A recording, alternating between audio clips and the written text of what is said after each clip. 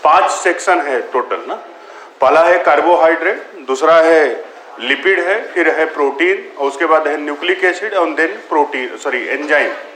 तो 5 सेक्शन में हम लोग पढ़ेंगे। पहले शुरुआत में हम करते हैं बायोमॉलिक्यूल, थोड़ा जल्दी जल्दी करेंगे क्योंकि रिवीजन है, 1-1.5 घंटे में हम लोगों को पूरा बायोमॉलिक्यूल कंप्लीट करना है। तो सब लोग पूरी तरह से कंसंट्रेट होकर यहाँ पर देखेंगे। जैसे बायोमॉलिक्यूल के एक मैं पीपीटी बनाया हूँ, इसमें आप देखेंगे, यहाँ पर आप देखेंगे इसमें बायोमॉलिक्यूल के 4 लेवल आपको दिख रहे हैं। इधर ध्यान दो सब लोग। बायोमॉलिक्यूल कितने लेवल हैं? 4 लेवल हैं। पहला लेवल है जिसको माइक्रोमॉलिक्यूल बोलते हैं। यहाँ देखिए लेवल फर्स्ट, मोनोमेरिक यूनिट, जिस मोनोमर का पॉलीमर बनता है। मोनोमेरिक यूनिट में क्या आते हैं? न्यूक्लियोटाइड आ जाएगा, फैटी एसिड आ जाएगा, कार्बोहाइड्रेट आ जाएंगे, ग्लूकोज आ जाएंगे, ये सब होंगे। उसके बाद लेवल 2 में आएंगे तब बायोमॉलिक्यूल हम नाम देते हैं। उसके बाद वही सेलुलर कंपोनेंट बनाता है और फिर वही आगे चलकर सेल में कन्वर्ट होता है। और सेल जो होता है वो किसी भी लाइफ के लिए सेल जो होता है वो बेसिक यूनिट होता है। तो सेल क्या है? Cell is a basic unit of life. तो हम लोग शुरुआत किससे करेंगे? बायोमॉलिक्यूल से। बायोमॉलिक्यूल को डिफाइन करते हैं, कोई मॉलिक्यूल होगा जो लिविंग सिस्टम में इन्वॉल्व होता होगा उसको हम बायोमॉलिक्यूल बोलते हैं। बायो माने लिविंग, मॉलिक्यूल माने कोई भी मॉलिक्यूल हो सकता है। बायोमॉलिक्यूल में हम बात करते हैं, जो शुरुआत होती है ना, तो वहां पर आता है माइक्रोमॉलिक्यूल और मैक्रोमॉलिक्यूल। अभी माइक्रो कैसे होते हैं? माइक्रो MICR मतलब छोटा, और मैक्रो माने बड़ा। ये बड़ा और छोटा का एक पैरामीटर होना चाहिए कि बड़ा और छोटा जो हो रहा है वो किसके आधार पर होता है। तो यहाँ पर 2 चीजें हैं बच्चों, ध्यान सुनिएगा। एक तो होता है मॉलिक्यूलर वेट। अगर किसी मॉलिक्यूल का मॉलिक्यूलर वेट 800 डाल्टन से ज्यादा है, हालांकि कहीं कहीं आपको देखेंगे 1000 डाल्टन है, कहीं कहीं 800 है, लेकिन बहुत ज्यादा अंतर दोनों में नहीं है। 800 डाल्टन से अगर किसी का मॉलिक्यूलर वेट ज्यादा है तो उसको हम बोलते हैं माइक्रोमॉलिक्यूल, और 800 डाल्टन से अगर कम है तो उसको बोलते हैं माइक्रोमॉलिक्यूल। इसके अलावा एक और पैरामीटर है कि अगर कोई भी बायोमॉलिक्यूल है उसको हम करते क्या है? ग्राइंड करते, पीसते हैं। पीसने बाद, ग्राइंड करने के बाद उसको हम डालते हैं एसिड में, और एसिड होता है ट्राइक्लोरोएस्टिक एसिड। ट्राइक्लोरोएस्टिक एसिड में जब उसको हम डालते हैं तो उसको घोलते हैं। घोल बनने के बाद अगर वह बायोमॉलिक्यूल जिसको हम ग्राइंड किए थे, जिसको पीसे थे, अगर वह एसिड में पूरी तरह से घुल जाता है तो उसको बोलते हैं एसिड सॉल्युबल पूल, और अगर एसिड में नहीं घुलता तो उसको बोलते हैं एसिड इनसॉल्युबल पूल। जो एसिड सॉल्युबल पूल होता है वह माइक्रोमॉलिक्यूल कहा जाता है। जो एसिड इनसॉल्युबल पूल होता है उसको हम यहाँ देखो ये ग्राफ में वही समझाया गया है। पहले ग्राइंड करते हैं लिविंग टिश्यू को ट्राइक्लोरोएस्टिक एसिड में। Thick slurry strain through cheese cloth and fine cotton, 2 component are form. पहला फिल्ट्रेट आता है, दूसरा इरेटेंट्रेट। एसिड सॉल्युबल पूल होता है तो उसको हम बोलते हैं माइक्रोमॉलिक्यूल, और एसिड इनसॉल्युबल पूल होता है तो उसको बोलते हैं मैक्रोमॉलिक्यूल। यहाँ पे एक एक्सेप्शन है, लिपिड। लिपिड जो होता है बच्चों वह एसिड इनसॉल्युबल तो होता है, लेकिन एसिड इनसॉल्युबल होने की वजह से उसको किस में रखना चाहिए नियम से? माइक्रोमॉलिक्यूल में कि मैक्रोमॉलिक्यूल में? हाँ, माइक्रो में रखना चाहिए ना। एसिड इनसॉल्युबल अगर है तो उसको माइक्रोमॉलिक्यूल में रखना चाहिए, लेकिन रखते किस में है? माइक्रो में। क्यों माइक्रो में रखते हैं? क्योंकि इसका मॉलिक्यूलर वेट 800 डाल्टन से कम होता है। कहोगे सब एसिड इनसॉल्युबल भी तो है। तो एसिड इनसॉल्युबल इसलिए है क्योंकि वो लिपिड है, और लिपिड जो होता है जब उसको घोलते हैं एसिड में तो वेसिकल्स बन जाते हैं। वेसिकल्स जो होते हैं उसमें पूरी तरह से डिजॉल्व नहीं हो पाते, तो इसलिए वो एसिड इनसॉल्युबल है। तो ये अभी हम जो बात किए, किसकी बात किए? माइक्रोमॉलिक्यूल और मैक्रोमॉलिक्यूल की। माइक्रोमॉलिक्यूल जो होता है उसमें एग्जांपल आ जाएगा ग्लूकोज, मोनोसैकेराइड आ जाएंगे, ग्लूकोज आ जाएगा, अमीनो एसिड आ जाएगा, न्यूक्लियोटाइड आ जाएगा, लिपिड आ जाएगा। ये सभी किस में आएंगे? माइक्रोमॉलिक्यूल। माइक्रो में, मैक्रोमॉलिक्यूल में सेलुलोज आ जाएगा, स्टार्च आ जाएगा, प्रोटीन आ जाएगा, न्यूक्लिक एसिड आ जाएगा। ये सब किस में आएंगे? मैक्रोमॉलिक्यूल। तो माइक्रो बायोमॉलिक्यूल को 2 कैटेगरी में बांटा गया, माइक्रो और मैक्रो। इसके बाद कहते हैं बायोमॉलिक्यूल की एक कैटेगरी और है, प्राइमरी मेटाबोलाइट्स और सेकेंडरी मेटाबोलाइट्स। देखो एनसीईआरटी में हम लोग जब पढ़ते हैं तो प्राइमरी और सेकेंडरी मेटाबोलाइट को बहुत विस्तार से समझाया है, लेकिन उसमें 2 चीजें आपको अगर समझ में आ गई तो पूरी चीजें आप एनसीईआरटी बहुत बढ़िया से आप देख सकते हो। पहला कि प्राइमरी मेटाबोलाइट जो होता है बच्चों, देखो मेटाबोलाइट का मतलब रियल मीनिंग यही होता है कि मेटाबॉलिज्म से बना होगा। वो मेटाबॉलिज्म से बना होगा तो उसको मेटाबोलाइट्स बोलेंगे। तो मेटाबोलाइट्स का मतलब रियल मीनिंग तो यही होता है ना, मेटाबॉलिज्म से बना है। अब वो प्राइमरी और सेकेंडरी किसके आधार पर है? तो प्राइमरी मेटाबोलाइट्स हम उस मेटाबॉलिज्म के प्रोडक्ट बोलते हैं जो अमाउंट में ज्यादा बनता हो और उसका यूज प्लांट खुद करता हो, मतलब जहां ये बनता हो वह खुद भी उसको यूज करता हो। जैसे प्लांट में फोटोसिंथेसिस होता है तो क्या बनता है, कार्बोहाइड्रेट, ग्लूकोज बनता है। तो क्या उस ग्लूकोज का यूज प्लांट खुद करता है कि नहीं करता है?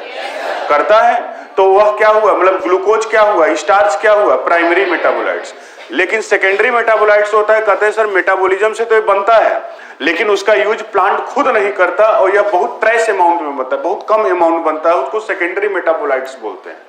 जैसे रेजिन होता है, गम्स होता है, रबर होता है, टर्पिनॉइड्स होते हैं। जैसे हीरोइन चरस नाम सुने हो ना, इसे ड्रग बनाई जाती है, मतलब जो दवाएं होती हैं वो बनाई जाती हैं, तो इसलिए उसको ड्रग बोलते भी हैं। तो वह बहुत कम अमाउंट बनता है। तो ओपियम प्लांट से वो निकाला जाता है लेकिन उसका यूज प्लांट खुद नहीं करता। तो एक बहुत बड़ा डिफरेंस हुआ। प्राइमरी मेटाबोलाइट्स में जहां से वो बनता है उसका यूज वो खुद भी करता है, और सेकेंडरी मेटाबोलाइट्स में जहां पर वो बनता है उसका यूज वो खुद नहीं करता। प्राइमरी मेटाबोलाइट जो मेटाबोलाइट्स बनता है उसका अमाउंट ज्यादा होता है, और सेकेंडरी मेटाबोलाइट्स में जो मेटाबोलाइट्स बनता है उसका अमाउंट बहुत ट्रेस होता है, बहुत कम होता है। एक कॉलम से आप समझोगे। इसके बाद आता है कि हमारे बॉडी में जो एवरेज कंपोनेंट किसका कितना है, आप यहां पर देखेंगे। पहला कंपोनेंट वाटर का सबसे ज्यादा है, 70 to 90% वाटर होता है। सो उसके बाद कौन नंबर आता है, प्रोटीन का, और तीसरे नंबर पर आता है न्यूक्लिक एसिड का, जो कि हमारे दिमाग में बना होता है कार्बोहाइड्रेट या लिपिड का। तो पहला कौन आता है, वाटर, और उसके बाद protein, then nucleic acid, then carbohydrate, और देन लिपिड। लिपिड सबसे कम होता है। वो लगे मेरे खा पी लिए बहुत ज्यादा हो गया, वो अलग बात है, लेकिन इन जनरल अगर बायोमॉलिक्यूल की बात करेंगे तो बॉडी में लिपिड का कंटेंट सबसे कम होता है, सबसे ज्यादा वाटर का होगा, देन प्रोटीन का होता है। इसीलिए कहा जाता है भोजन जब आप करते हो ना तो भोजन में मैक्सिमम पोर्शन आपको प्रोटीन कंज्यूम करना चाहिए। लेकिन हमारी थाली में मैक्सिमम भोजन क्या होता है, कार्बोहाइड्रेट, जिसकी जरूरत बहुत कम आपको होती है। हालांकि उनको ज्यादा होती है जो फिजिकल वर्क ज्यादा करते हैं, जैसे लेबर क्लास के लोग हैं, मजदूरी करते हैं, तो उनको तो कार्बोहाइड्रेट चाहिए। लेकिन इन जनरल हमें प्रोटीन चाहिए, क्योंकि जब आपकी ग्रोथ होती है तो नए नए सेल्स बनते हैं, टिश्यू बनते हैं, या अगर कोई सेल खत्म हो जाता तो उसके जगह रिपेयरिंग होती, तो सब चीजों में प्रोटीन की जरूरत होती है। इसीलिए पानी के बाद अगर ज्यादा अमाउंट है तो किसका है, प्रोटीन का है, और उसके बाद फिर कार्बोहाइड्रेट को सबसे कम जरूरत किसकी होती है, लिपिड की। अब हम ये तो बायोमॉलिक्यूल का एक थोड़ा सा समराइज्ड वे हुआ कि क्या क्या होता है। तो बायोमॉलिक्यूल फिर पढ़े, उसमें बायोमॉलिक्यूल में आपने पढ़ा माइक्रोमॉलिक्यूल, फिर उसमें आपने पढ़ा प्राइमरी मेटाबोलाइट्स और सेकेंडरी मेटाबोलाइट्स। उसके बाद हमने आपको बताया कि जो एवरेज कंपोनेंट होता है वो क्या क्या होता है। इसके बाद हम एक एक मुद्दे पर चलते हैं। पहला टॉपिक है कार्बोहाइड्रेट, बहुत इंपॉर्टेंट टॉपिक। कार्बोहाइड्रेट को हम डिफाइन करते हैं, दो तरीके से डिफाइन करते हैं। कहते हैं हाइड्रेट ऑफ कार्बन को कार्बोहाइड्रेट बोलते हैं। ध्यान सुनना भाई, हमने बताया था कि रिवीजन क्लास उन्हीं बच्चों के लिए ज्यादा इंपॉर्टेंट होगा जो पूरी तरह से टॉपिक खत्म करें, क्योंकि आपके बैच में बायोमॉलिक्यूल हम पूरी तरह से पढ़ा चुके हैं। बायोमॉलिक्यूल को पढ़ाने में करीब 12 से 15 क्लास लगता है, और 12 से 15 क्लास को हम एक क्लास में खत्म कर रहे हैं। ओबियसली तेजी से होगा तभी होगा, और ये तभी आपको फायदा मिलेगा। या जो भी बच्चे इस वीडियो का यूज हो या इस क्लास का यूज वही कर सकते हैं जो रिवीजन के पर्पज से करेंगे ना। पढ़ने के लिए तो अलग अलग वीडियो पढ़े होंगे या अलग अलग क्लासेज आप किए होंगे। तो हम लोग यहाँ पर 1.5 घंटे में पूरे बायोमॉलिक्यूल को कंप्लीट करेंगे, थोड़ा जल्दी हुआ। जैसे कार्बोहाइड्रेट को डिफाइन करते हैं, हाइड्रेट ऑफ कार्बन को कार्बोहाइड्रेट बोलते हैं, या इसको डिफाइन दूसरे तरीके से करते हैं, पॉलीहाइड्रोक्सी एल्डिहाइड या polyhydroxy ketone is known as carbohydrate. Polyhydroxy aldehyde या पॉलीहाइड्रोक्सी कीटोन को क्या बोलते हैं, कार्बोहाइड्रेट बोलते हैं। दो डिफिनेशन हुआ। कार्बोहाइड्रेट में एक्चुअली कार्बन और हाइड्रोजन और ऑक्सीजन होता है ना, CnH2n। यहां पर हाइड्रोजन और ऑक्सीजन का जो रेशियो होता है 2:1 का होता है। एक इसमें फार्मूला का भी यूज किया जाता है, एक पेन देने दो, कोई भी दो।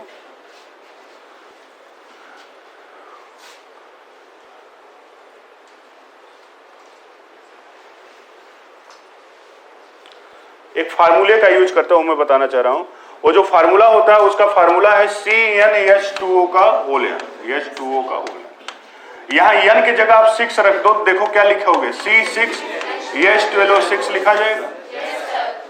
बोलो, C6H12O6 लिखा जाएगा ना, ये ग्लूकोज हो गया। लेकिन ये फार्मूला हर जगह, अब इसको हाइड्रेट ऑफ कार्बन बोलते हैं, कार्बोहाइड्रेट। मतलब हाइड्रेट माने पानी, कार्बो माने कार्बन, तो कार्बन का पानी का मतलब सॉरी वाटर का कार्बन है, उसी को हाइड्रेट ऑफ कार्बन बोलते हैं। और यह फार्मूला जो होता है ना, ये फार्मूला हर जगह लागू नहीं होता, जैसे पॉलीसैकेराइड में लगाओगे तो नहीं लगेगा, डाइसैकेराइड में लगेगा नहीं, केवल मोनोसैकेराइड में फार्मूला वैलिड है, बाकी कहीं वैलिड नहीं है। कार्बोहाइड्रेट की अगर आगे की बात करें, कार्बोहाइड्रेट में बच्चों जब कोई भी ऑर्गेनिक कंपाउंड आप पढ़ते हो, क्योंकि केमिस्ट्री है, बायो के साथ साथ केमिस्ट्री भी इसमें पूरा इन्वॉल्व है, जब कोई भी हम कार्बन मॉलिक्यूल पढ़ते हैं तो वहां पर हम एसिमेट्रिक कार्बन दिखता है। एसिमेट्रिक कार्बन किसको बोलते हैं? ऐसा कार्बन, जैसे मान लीजिए यह कार्बन है, यहाँ X है, यहाँ Y है, यहाँ OH है, यहाँ H है, तो अगर चारों बॉन्ड से अलग अलग ग्रुप जुड़े होंगे तो उसको हम क्या नाम देंगे बच्चों? Asymmetric carbon. एसिमेट्रिक कार्बन के राइट हैंड साइड अगर OH ग्रुप होता है तो उसको डेक्स्ट्रो-रोटेटरी बोलते हैं, अगर लेफ्ट हैंड साइड होता है तो उसको लियो-रोटेटरी बोलते हैं। तो यह डी फॉर्म या एल फॉर्म क्या है एक्चुअल में? Stereo isomer. D form L form क्या है? Stereo isomer. तो डी फॉर्म एल फॉर्म देखने के लिए क्या पहले देखना होगा? एसिमेट्रिक कार्बन है कि नहीं है। अगर एसिमेट्रिक कार्बन होगा तभी स्टीरियो आइसोमर दिखेगा, नहीं तो नहीं दिखेगा। एक फार्मूला भी आपको हम बता चुके हैं, number of stereo isomer, number of stereo isomer equal to the power n। n जो होता है नंबर ऑफ एसिमेट्रिक सेंटर होता है। अगर एसिमेट्रिक सेंटर होता है, कार्बन है वो अलग बात है। अगर मान लीजिए 4 एसिमेट्रिक कार्बन है तो इसका मतलब वहां पर स्टीरियो आइसोमर की संख्या कितनी होगी? 16 टू द पावर 4 हो जाएगा। तो अब बात करते हैं कि जो कार्बोहाइड्रेट होता है सर, ये देखिए कार्बोहाइड्रेट में 3 कैटेगरी होती है, monosaccharide, oligosaccharide and polysaccharide. Mono माने एक, सैकेराइड माने शुगर। अगर कोई कार्बोहाइड्रेट सिंगल शुगर का बना है, मतलब सिंगल यूनिट का बना है, तो या मोनोसैकेराइड को हम डिफाइन करते हैं कोई any sample of sugar which do not further hydrolyse in simple form. Hindi में समझो कि अगर कोई कार्बोहाइड्रेट का आपको सैंपल दे दिया जाए और उसको तुम पानी में घोल दो और छोटे छोटे भाग में न टूटे तो उसको मोनोसैकेराइड बोलते हैं। तो any sample of sugar which do not further hydrolyse in simpler form, और सिंपल फॉर्म में ब्रेक नहीं होता तो उसको मोनोसैकेराइड बोलते हैं। मोनोसैकेराइड में कार्बन की संख्या जो होती है बच्चों 3 से लेकर 7 तक होती है। 3 कार्बन का कार्बोहाइड्रेट को ट्राइओज बोलते हैं, 4 कार्बन का होगा टेट्रोज बोलेंगे, 5 का होगा पेंटोज बोलेंगे, 6 का होगा तो हेक्सोज बोलेंगे और 7 का होगा तो हेप्टोज बोलेंगे। अब कहोगे सर 12 कार्बन का भी कार्बोहाइड्रेट हम देखे हैं। अरे देखिए भाई, वो कार्बोहाइड्रेट तो है ही लेकिन वो मोनोसैकेराइड नहीं है, या 2 मोनोसैकेराइड से मिलकर बना होगा। लेकिन एक मोनोसैकेराइड में कार्बन की संख्या कितनी होती है? 3 से लेकर 7 तक। कोई आपसे पूछे सबसे कम कार्बन की संख्या कार्बोहाइड्रेट में कितनी हो सकती है, तो 3 कार्बन। 3 कार्बन सबसे छोटा कार्बोहाइड्रेट कितने कार्बन का होता है? 3। ये मोनोसैकेराइड हुआ। मोनोसैकेराइड देखो लिखा हुआ है ट्राइओज, टेट्रोज, पेंटोज, हेक्सोज और हेप्टोज। ओलिगोसैकेराइड, ओलिगो माने कुछ होता है, ओलिगो कई जगह नाम आएगा, ओलिगो न्यूक्लियोटाइड, ओलिगोसैकेराइड, ओलिगोप्रोट। तो ओलिगो का मतलब ही होता है क्या? फ्यू। और फ्यू की यहाँ भाई मान लीजिए घर पर आप कहते हो कि पापा कुछ पैसे चाहिए, तो पापा पूछते हैं ना कुछ क्या होता है, बताओ कितना ना। तो कुछ वैल्यू तो होती नहीं, उसको उसका वैल्यू बताना होगा। तो हम कहते हैं ओलिगोसैकेराइड कहते हैं carbo if any sample of sugar which further hydrolyse in few unit of carbohydrate. कहते हैं मोनोसैकेराइड न कहकर कहते हैं कि अगर कोई सैंपल ऑफ शुगर है उसको तुम पानी में डाले, वह कुछ और छोटे छोटे भागों में टूट गए, कहते हैं कुछ कितना सर? तो उसका आंसर है 2 से 10। हो सकता है वह सैंपल ऑफ शुगर पानी में डाले 2 यूनिट टूटा तो उस ओलिगोसैकेराइड को डाइसैकेराइड बोले। अगर 3 यूनिट में टूटा तो ट्राइसैकेराइड, 4 में टूटा तो टेट्रासैकेराइड, 5 में टूटेगा तो ऐसे ऐसे कितना तक टूट सकता है? 10 यूनिट। अगर कोई कार्बोहाइड्रेट तुम पानी में डाले वह 10 से ज्यादा यूनिट में ब्रेक हो गया तो उसको क्या नाम देंगे? पॉलीसैकेराइड। हालांकि मोनोसैकेराइड में आपको पेंटोज और हेक्सोज शुगर के बारे में थोड़ा सा पढ़ना है, और ओलिगोसैकेराइड में केवल डाइसैकेराइड के बारे में पढ़ना है, बाकी ट्राई टेट्रा पेंटा आपके सिलेबस में नहीं है। और पॉलीसैकेराइड में 2 आता है, एक होमोपॉलीसैकेराइड आता है, एक हेटेरोपॉलीसैकेराइड। मोनोपॉलीसैकेराइड में सेलुलोज आता है, स्टार्च आता है, ग्लाइकोजन आता है, काइटिन आता है, इनुलिन आता है। हेटेरोपॉलीसैकेराइड में कंड्रोटिन, हाइलोरोनिक एसिड, हिपेरिन, पेक्टिन। हालांकि ये आपके पूछता भी नहीं है, जो पूछता है यही सेलुलोज स्टार्च से ही रिलेटेड मैक्सिमम पूछता है। चलो एक एक करके स्टार्ट करते हैं। पहले हम पढ़ेंगे क्या? मोनोसैकेराइड। मोनोसैकेराइड में बच्चों अभी हमने बताया ट्रायो शुगर होता है। ट्रायो शुगर में मतलब 3 कार्बन का कार्बोहाइड्रेट होगा। जैसे एक मैं शुगर का नाम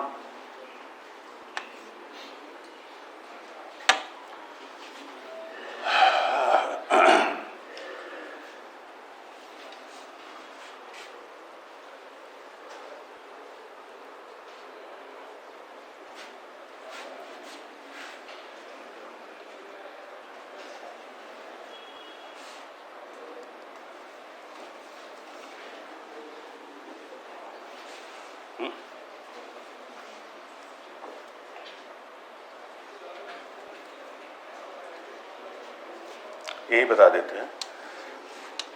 जैसे अभी हमने बताया मोनोसैकेराइड में ट्रायोस शुगर की हम बात कर रहे हैं ना, ट्रायोस शुगर। ट्रायोस शुगर में दो आपको मतलब आपको आपके एनसीईआरटी में दिया होगा, ये CHO होता है, यहाँ OH होगा, यहाँ हाइड्रोजन, यहाँ OH होगा, ये हाइड्रोजन होगा और ये हाइड्रोजन होगा। बताओ इसका किसका स्ट्रक्चर है? ग्लिसरॉल्डिहाइड का। ये किसका स्ट्रक्चर है? ग्लिसरॉल्डिहाइड। इसमें एसिमेट्रिक कार्बन है कि नहीं है? हाँ, कौन सा है? सेकेंड कार्बन एसिमेट्रिक है ना, ये एसिमेट्रिक नहीं हो सकता, कार्बोनिल कार्बन एसिमेट्रिक नहीं हो सकता। यहाँ पर H और H सेम हो गया, इसलिए एसिमेट्रिक नहीं, ये एसिमेट्रिक है। तो इसके राइट हैंड साइड OH है, तो कौन सा कार्बोहाइड्रेट कहा जाएगा? डी। इसका मतलब डी ग्लिसरॉल्डिहाइड इसको बोलेंगे। 3 कार्बन का शुगर है, वो भी कैसा? जिसमें एल्डिहाइड ग्रुप, इसमें फंक्शनल ग्रुप है। दूसरा होता है बच्चों डाइहाइड्रॉक्सी एसीटोन। यह OH होगा, ये हाइड्रोजन होगा, हाइड्रोजन होगा, यहाँ पर कार्बोनिल कार्बन होगा, यहाँ पर OH होगा बच्चों, यहाँ हाइड्रोजन, यहाँ हाइड्रोजन। यहाँ पर कोई भी एसिमेट्रिक कार्बन नहीं, आप देखोगे इसका नाम है डाइहाइड्रॉक्सी एसीटोन। इसमें कोई भी एसिमेट्रिक कार्बन आपको नहीं दिखता, इसलिए यह स्टीरियो आइसोमर शो नहीं करता। अगर मान लीजिए बच्चों किसी कार्बोहाइड्रेट में अगर एक से ज्यादा अगर मान लीजिए एक से ज्यादा एसिमेट्रिक कार्बन होगा, तो ऐसी स्थिति में उस कार्बोहाइड्रेट का डी फॉर्म है कि एल फॉर्म है कैसे पता चलेगा? जैसे एक एग्जांपल्स के तौर पर हम लोग देखते हैं ribose sugar. Ribose sugar monosaccharide ही है, आरएनए में पाया जाता है, एटीपी में पाया जाता है। ये भी एल्डिहाइडिक शुगर होता है। ध्यान से यहाँ पर देखिए OH हो जाएगा, ये कार्बन यहाँ भी OH होगा, यह कार्बन यहाँ भी OH होगा, ये कार्बन यहाँ भी OH होगा, यहाँ हाइड्रोजन होगा। ये हाइड्रोजन है बच्चों, ये हाइड्रोजन है, ये हाइड्रोजन है, ये हाइड्रोजन है। कितने कार्बन है? 5 कार्बन है। ये कार्बोनिल कार्बन हुआ, बोलो भाई क्या आ गया यार? ये कार्बोनिल कार्बन हुआ। तो कार्बोनिल कार्बन ये तो हुआ। इसमें बताओ एसिमेट्रिक कार्बन कितने हैं और कौन कौन से हैं? जैसे मान लो नंबर ए है 2, 3, 4 एंड 5। इसमें कार्बोनिल कार्बन कितने हैं? फर्स्ट तो नहीं होगा, फिफ्थ भी नहीं होगा, 2, 3, 4 है। अब तो इसके हिसाब से कहोगे सर डी फॉर्म है, इसके हिसाब से डी फॉर्म है, इसके हिसाब से डी फॉर्म है, इसलिए राइबोस शुगर डी फॉर्म है? नहीं, इन सब के हिसाब से डी फॉर्म नहीं है। बल्कि जब, ध्यान से सुनना सभी लोग, जब भी किसी भी कार्बोहाइड्रेट में एसिमेट्रिक कार्बन की संख्या 1 से ज्यादा होती है, ऐसी स्थिति में हम उस एसिमेट्रिक कार्बन को ध्यान में रखकर स्टीरियो आइसोमर डिसाइड करते हैं जो हमें कार्बोनिल कार्बन से सबसे दूर होता है। तो कार्बोनिल कार्बन तो यही है, सबसे दूर कार्बन तो 5वां है, लेकिन ये एसिमेट्रिक भी तो होना चाहिए। तो चौथा कार्बन है जो एसिमेट्रिक है, और इसके अराउंड अगर हम देखते हैं OH group right hand side है, जिसको हम नाम देते हैं डी फॉर्म। अगर ये OH इस साइड होता है, जिसको एल फॉर्म बोलते, भले इन सबके अराउंड OH राइट साइड होता। कहोगे सर मान लीजिए इसका तो बात समझ में आ गई कि इसको इसके अराउंड OH ग्रुप को चेंज करेंगे तो हमें स्टीरियो आइसोमर मिलेगा। तो इसके अराउंड हम चेंज कर देंगे तो क्या मिलेगा? कुछ मिलना चाहिए ना, ईपीमर मिलता है। क्या मिलता है? ईपीमर मिलता है। तो यहां पर राइबोस शुगर हुआ। डीऑक्सीराइबोस शुगर की अगर हम बात करें,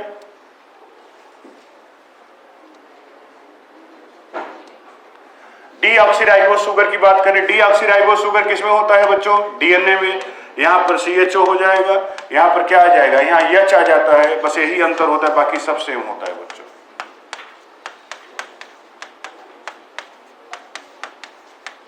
ये डीऑक्सीराइबोस शुगर डीएनए में होता है। 1, 2, 3, 4 और 5। यहां पर एसिमेट्रिक कार्बन कितने होंगे? पहला कार्बन एसिमेट्रिक तो पहले भी नहीं था, अभी भी नहीं है। दूसरा वाला एसिमेट्रिक पहले तो था, राइबोज में था, लेकिन अब तो सेम हो गया, अब नहीं है। ये 5वां वाला तो पहले भी नहीं था, अभी भी नहीं है। कौन कौन होगा? तीसरा और चौथा, बोलो। तो एसिमेट्रिक कार्बन हुआ कि नहीं हुआ? ये दोनों हुआ ना। तो इसमें स्टीरियो आइसोमर कितने बनेंगे? अरे यार एसिमेट्रिक कार्बन 2 हुए ना, तो 2 the power n 2 the power 2 क्या बोलोगे? 4। ये डीऑक्सीराइबोस शुगर, ये स्ट्रक्चर याद होना चाहिए। चार चीजों का स्ट्रक्चर कम से कम आपको याद होना चाहिए। राइबोज, डीऑक्सीराइबोज, ग्लूकोज और फ्रक्टोज का, ये 4 आपको याद रखना चाहिए। अब बात करते हैं कि सर अगर हम कोई कार्बोहाइड्रेट है, वह 4 कार्बन है, 4 कार्बन से बड़ा है, 5 कार्बन का है, 6 कार्बन का है, उसको जब हम पानी में डालते हैं तो 2 रूपों में एग्जिस्ट करता है। Open chain form as well as ring form. Open chain form और रिंग फॉर्म का जो मिक्सचर बनता है उसको हम रेशमिक मिक्सचर बोलते हैं। कभी भी 100% रिंग नहीं बनता, ना तो 100% चेन बनता है, हमेशा दोनों का मिक्सचर बनता है, वो भी ऑप्टिकली एक्टिव होगा। तो सर ये रिंग बनता कैसे है? तो रिंग बनने का तरीका जो बच्चा होता है वो कार्बोनिल कार्बन का रिएक्शन होता है उस वाले OH ग्रुप के साथ, जो ये डिसाइड किया रहता है कि स्टीरियो आइसोमर कौन सा डिसाइड करता है, चौथा कार्बन। तो इन दोनों के बीच में बॉन्ड बनता है और रिंग बनता है। तो कहते हैं कि अगर 5 कार्बन का कार्बोहाइड्रेट है तो रिंग में कितने कार्बन होते हैं? 4। तो पेंटोज शुगर के जो रिंग बनते हैं उनको फ्यूरेनोज रिंग बोलते हैं, और हेक्सोज शुगर के जो रिंग बनते हैं उनको हम पायरेनोज रिंग बोलते हैं, क्योंकि उनके रिंग में 5 कार्बन होते हैं। कहते हैं जब रिंग सर बनता है तो उस स्थिति में पहला कार्बन जो था, जो ओपन चेन फॉर्म में पहला कार्बन एसिमेट्रिक नहीं था, लेकिन जैसे ही रिंग बनता है वैसे ही पहला कार्बन एसिमेट्रिक हो जाता है। ऐसे सेंटर को जो पहले एसिमेट्रिक नहीं होता लेकिन रिंग बनने के बाद एसिमेट्रिक हो जाता है, ऐसे सेंटर को एनामेरिक सेंटर बोलते हैं। क्या बोलते हैं? और संयोग से वह सेंटर अगर कार्बन का बना है तो उसको एनामेरिक कार्बन बोलते हैं। और उस एनामेरिक कार्बन के अराउंड OH ग्रुप का पोजीशन अगर प्लेन के नीचे होता है तो उसको हम अल्फा फॉर्म बोलते हैं। अगर OH ग्रुप प्लेन के ऊपर होता है तो उसको बीटा फॉर्म बोलते हैं। तो अल्फा और बीटा क्या है? एनामर। और डी फॉर्म एल फॉर्म क्या थे? Stereo isomer. एक बात और, अगर ग्लूकोज की बात करें, यहाँ पर ग्लूकोज की अगर बात करें तो ग्लूकोज भी एल्डिहाइडिक शुगर होता है। सबसे ब्लड शुगर इसको बोलते हैं, ग्रेप शुगर बोलते हैं।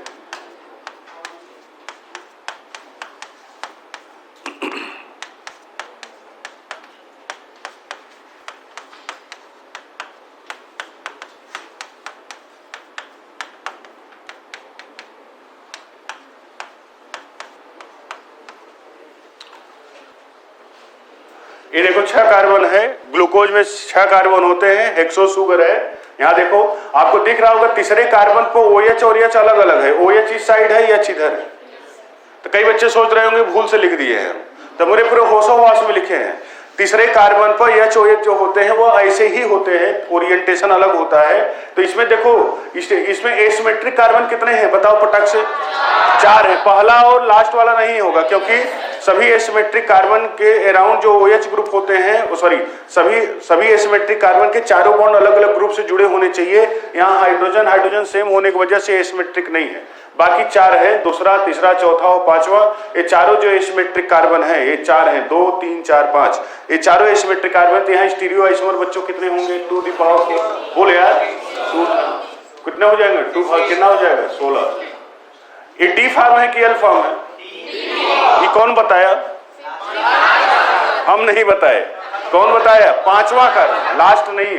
बोलिएगा सर, कार्बोनिल कार्बन से सबसे दूर जो एसिमेट्रिक कार्बन होता है उसके अराउंड OH ग्रुप को हम देखते हैं। अगर वो राइट साइड होता है तो उसको डी फॉर्म बोलते हैं, अगर लेफ्ट होता तो उसको एल बोलते हैं। बाकी के अराउंड किधर है इससे कोई मतलब नहीं है। यहां पर भी जब रिंग बना कर दिखा भी देते हैं। जब रिंग बनेगा बच्चों, जब ये रिंग बनेगा तो कैसे बनेगा? तो इसका रिएक्शन किसके साथ होगा? 5वें वाले OH ग्रुप के साथ। बोलो।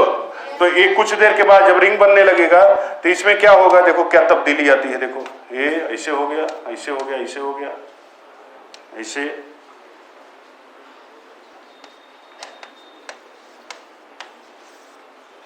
सभी कार्बन की वैलेंसी 4 होनी चाहिए। देखो सभी कार्बन की वैलेंसी 4 है। 1 2 3 4, 1 2 3 4। यही 2 जगह चेंज ही हुआ है, बाकी तो 4 था।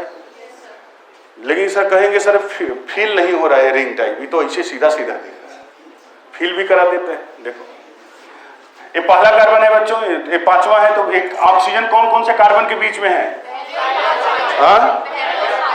पहले और 5वें ना मैं इधर बनाता हूँ। तो ऑक्सीजन लिख दो बच्चों पहले। ये पहला हो गया, ये 5वां हो गया, बस ये बता दे रहे हैं। तो 5 से चौथा जुड़ा है, चौथे से तीसरा जुड़ा होगा, तीसरे से दूसरा जुड़ा होगा, दूसरे से पहला जुड़ा होगा, और 5वें से छठा जुड़ा होगा। अब देखो, अब कहोगे सर अब रिंग देख, अब तो मानोगे ना रिंग बना है, वही है, वही से बन गया। एक रिंग में कितने कार्बन है? 1 2 3 4 5 ना। इस रिंग को क्या बोलते हैं? पायरेनोज रिंग बोलते हैं। यहाँ OH ग्रुप अगर नीचे है यहाँ देखो OH ग्रुप अगर नीचे होता है तो देखो प्लेन होता है, जैसे ये प्लेन है, यहाँ पर कार्बन है, यहाँ पर कार्बन ऐसे है, प्लेन है। OH ग्रुप अगर नीचे लटका हुआ है तो उसको क्या बोलेंगे? अल्फा। अगर OH ग्रुप ऊपर लटका होगा तो उसको क्या बोलेंगे? ये अल्फा और बीटा क्या है? एनामर। क्लियर हुआ? फ्रक्टोज शुगर की अगर बात करें तो कीटोनिक शुगर होता है बच्चों। फ्रक्टोज शुगर कैसा होता है? कीटोनिक शुगर होता है फ्रक्टोज। कीटोनिक शुगर में क्या होता है पता है? ये देखो सेकंड कार्बन जो होता है ये कार्बोनिल हो जाता है। ये OH यहां होता है, यहां H होता है। अरे यार,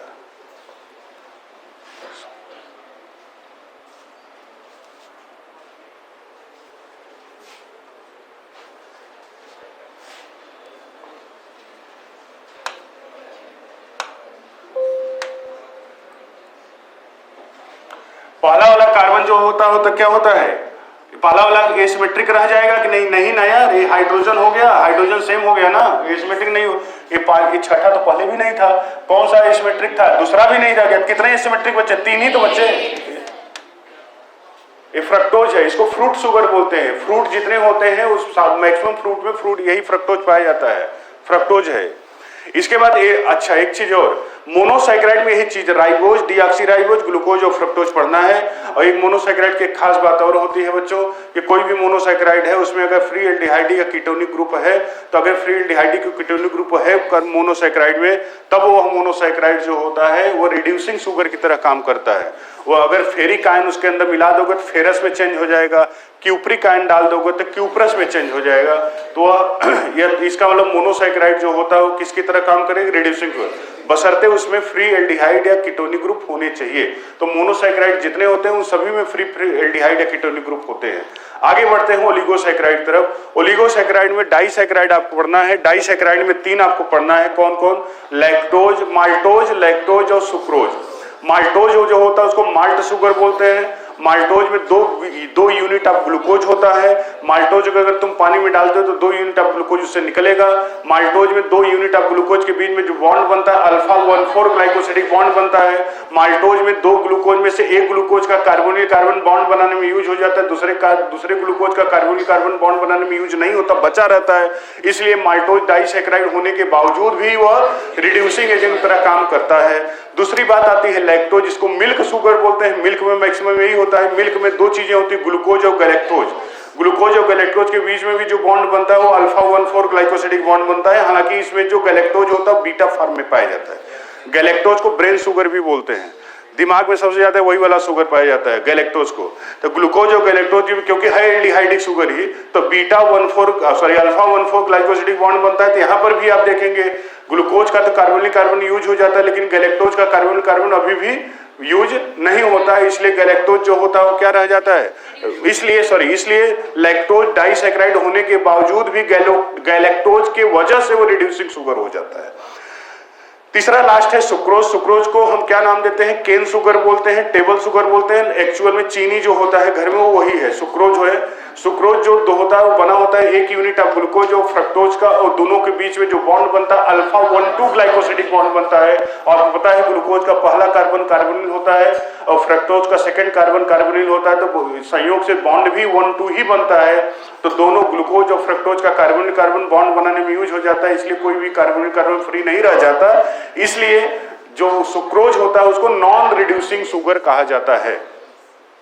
इसके बाद बात आती है पॉलीसैकेराइड का। पॉलीसैकेराइड को 2 कैटेगरी में बांटते कहते हैं 10 यूनिट से ज्यादा मोनोसैकेराइड अगर होगा उसको पॉलीसैकेराइड बोलेंगे। सबसे छोटा स्टोरेज पॉलीसैकेराइड कौन होता है? इनुलिन। इनुलिन जो होता है उसमें 24-25 फ्रक्टोज यूनिट होता है, फ्रक्टोज ही होता है, उसी का पॉलीमर होता है। 24 से 25 यूनिट ऑफ फ्रक्टोज का इनुलिन बना होता है, सबसे छोटा पॉलीसैकेराइड होता है। स्टोरेज पॉलीसैकेराइड है इनुलिन।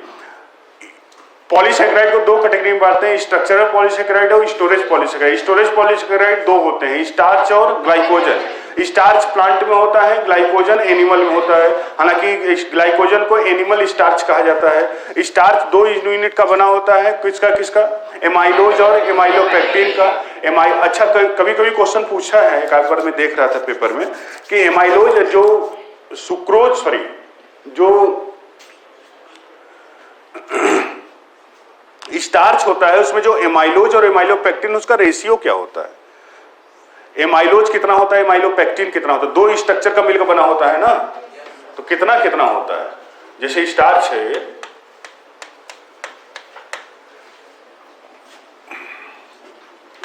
ये बना होता है एमाइलोज और एमाइलोपेक्टिन का, एमाइलोपेक्टिन का। एमाइलोज जो होता है इस तरह का स्ट्रक्चर हेलिकल स्ट्रक्चर होता है, एमाइलोपेक्टिन जो होता है वो भी हेलिकल स्ट्रक्चर होता है, लेकिन इसमें ब्रांचिंग होती है, इसमें ब्रांचिंग होती है, इसमें ब्रांचिंग नहीं होती।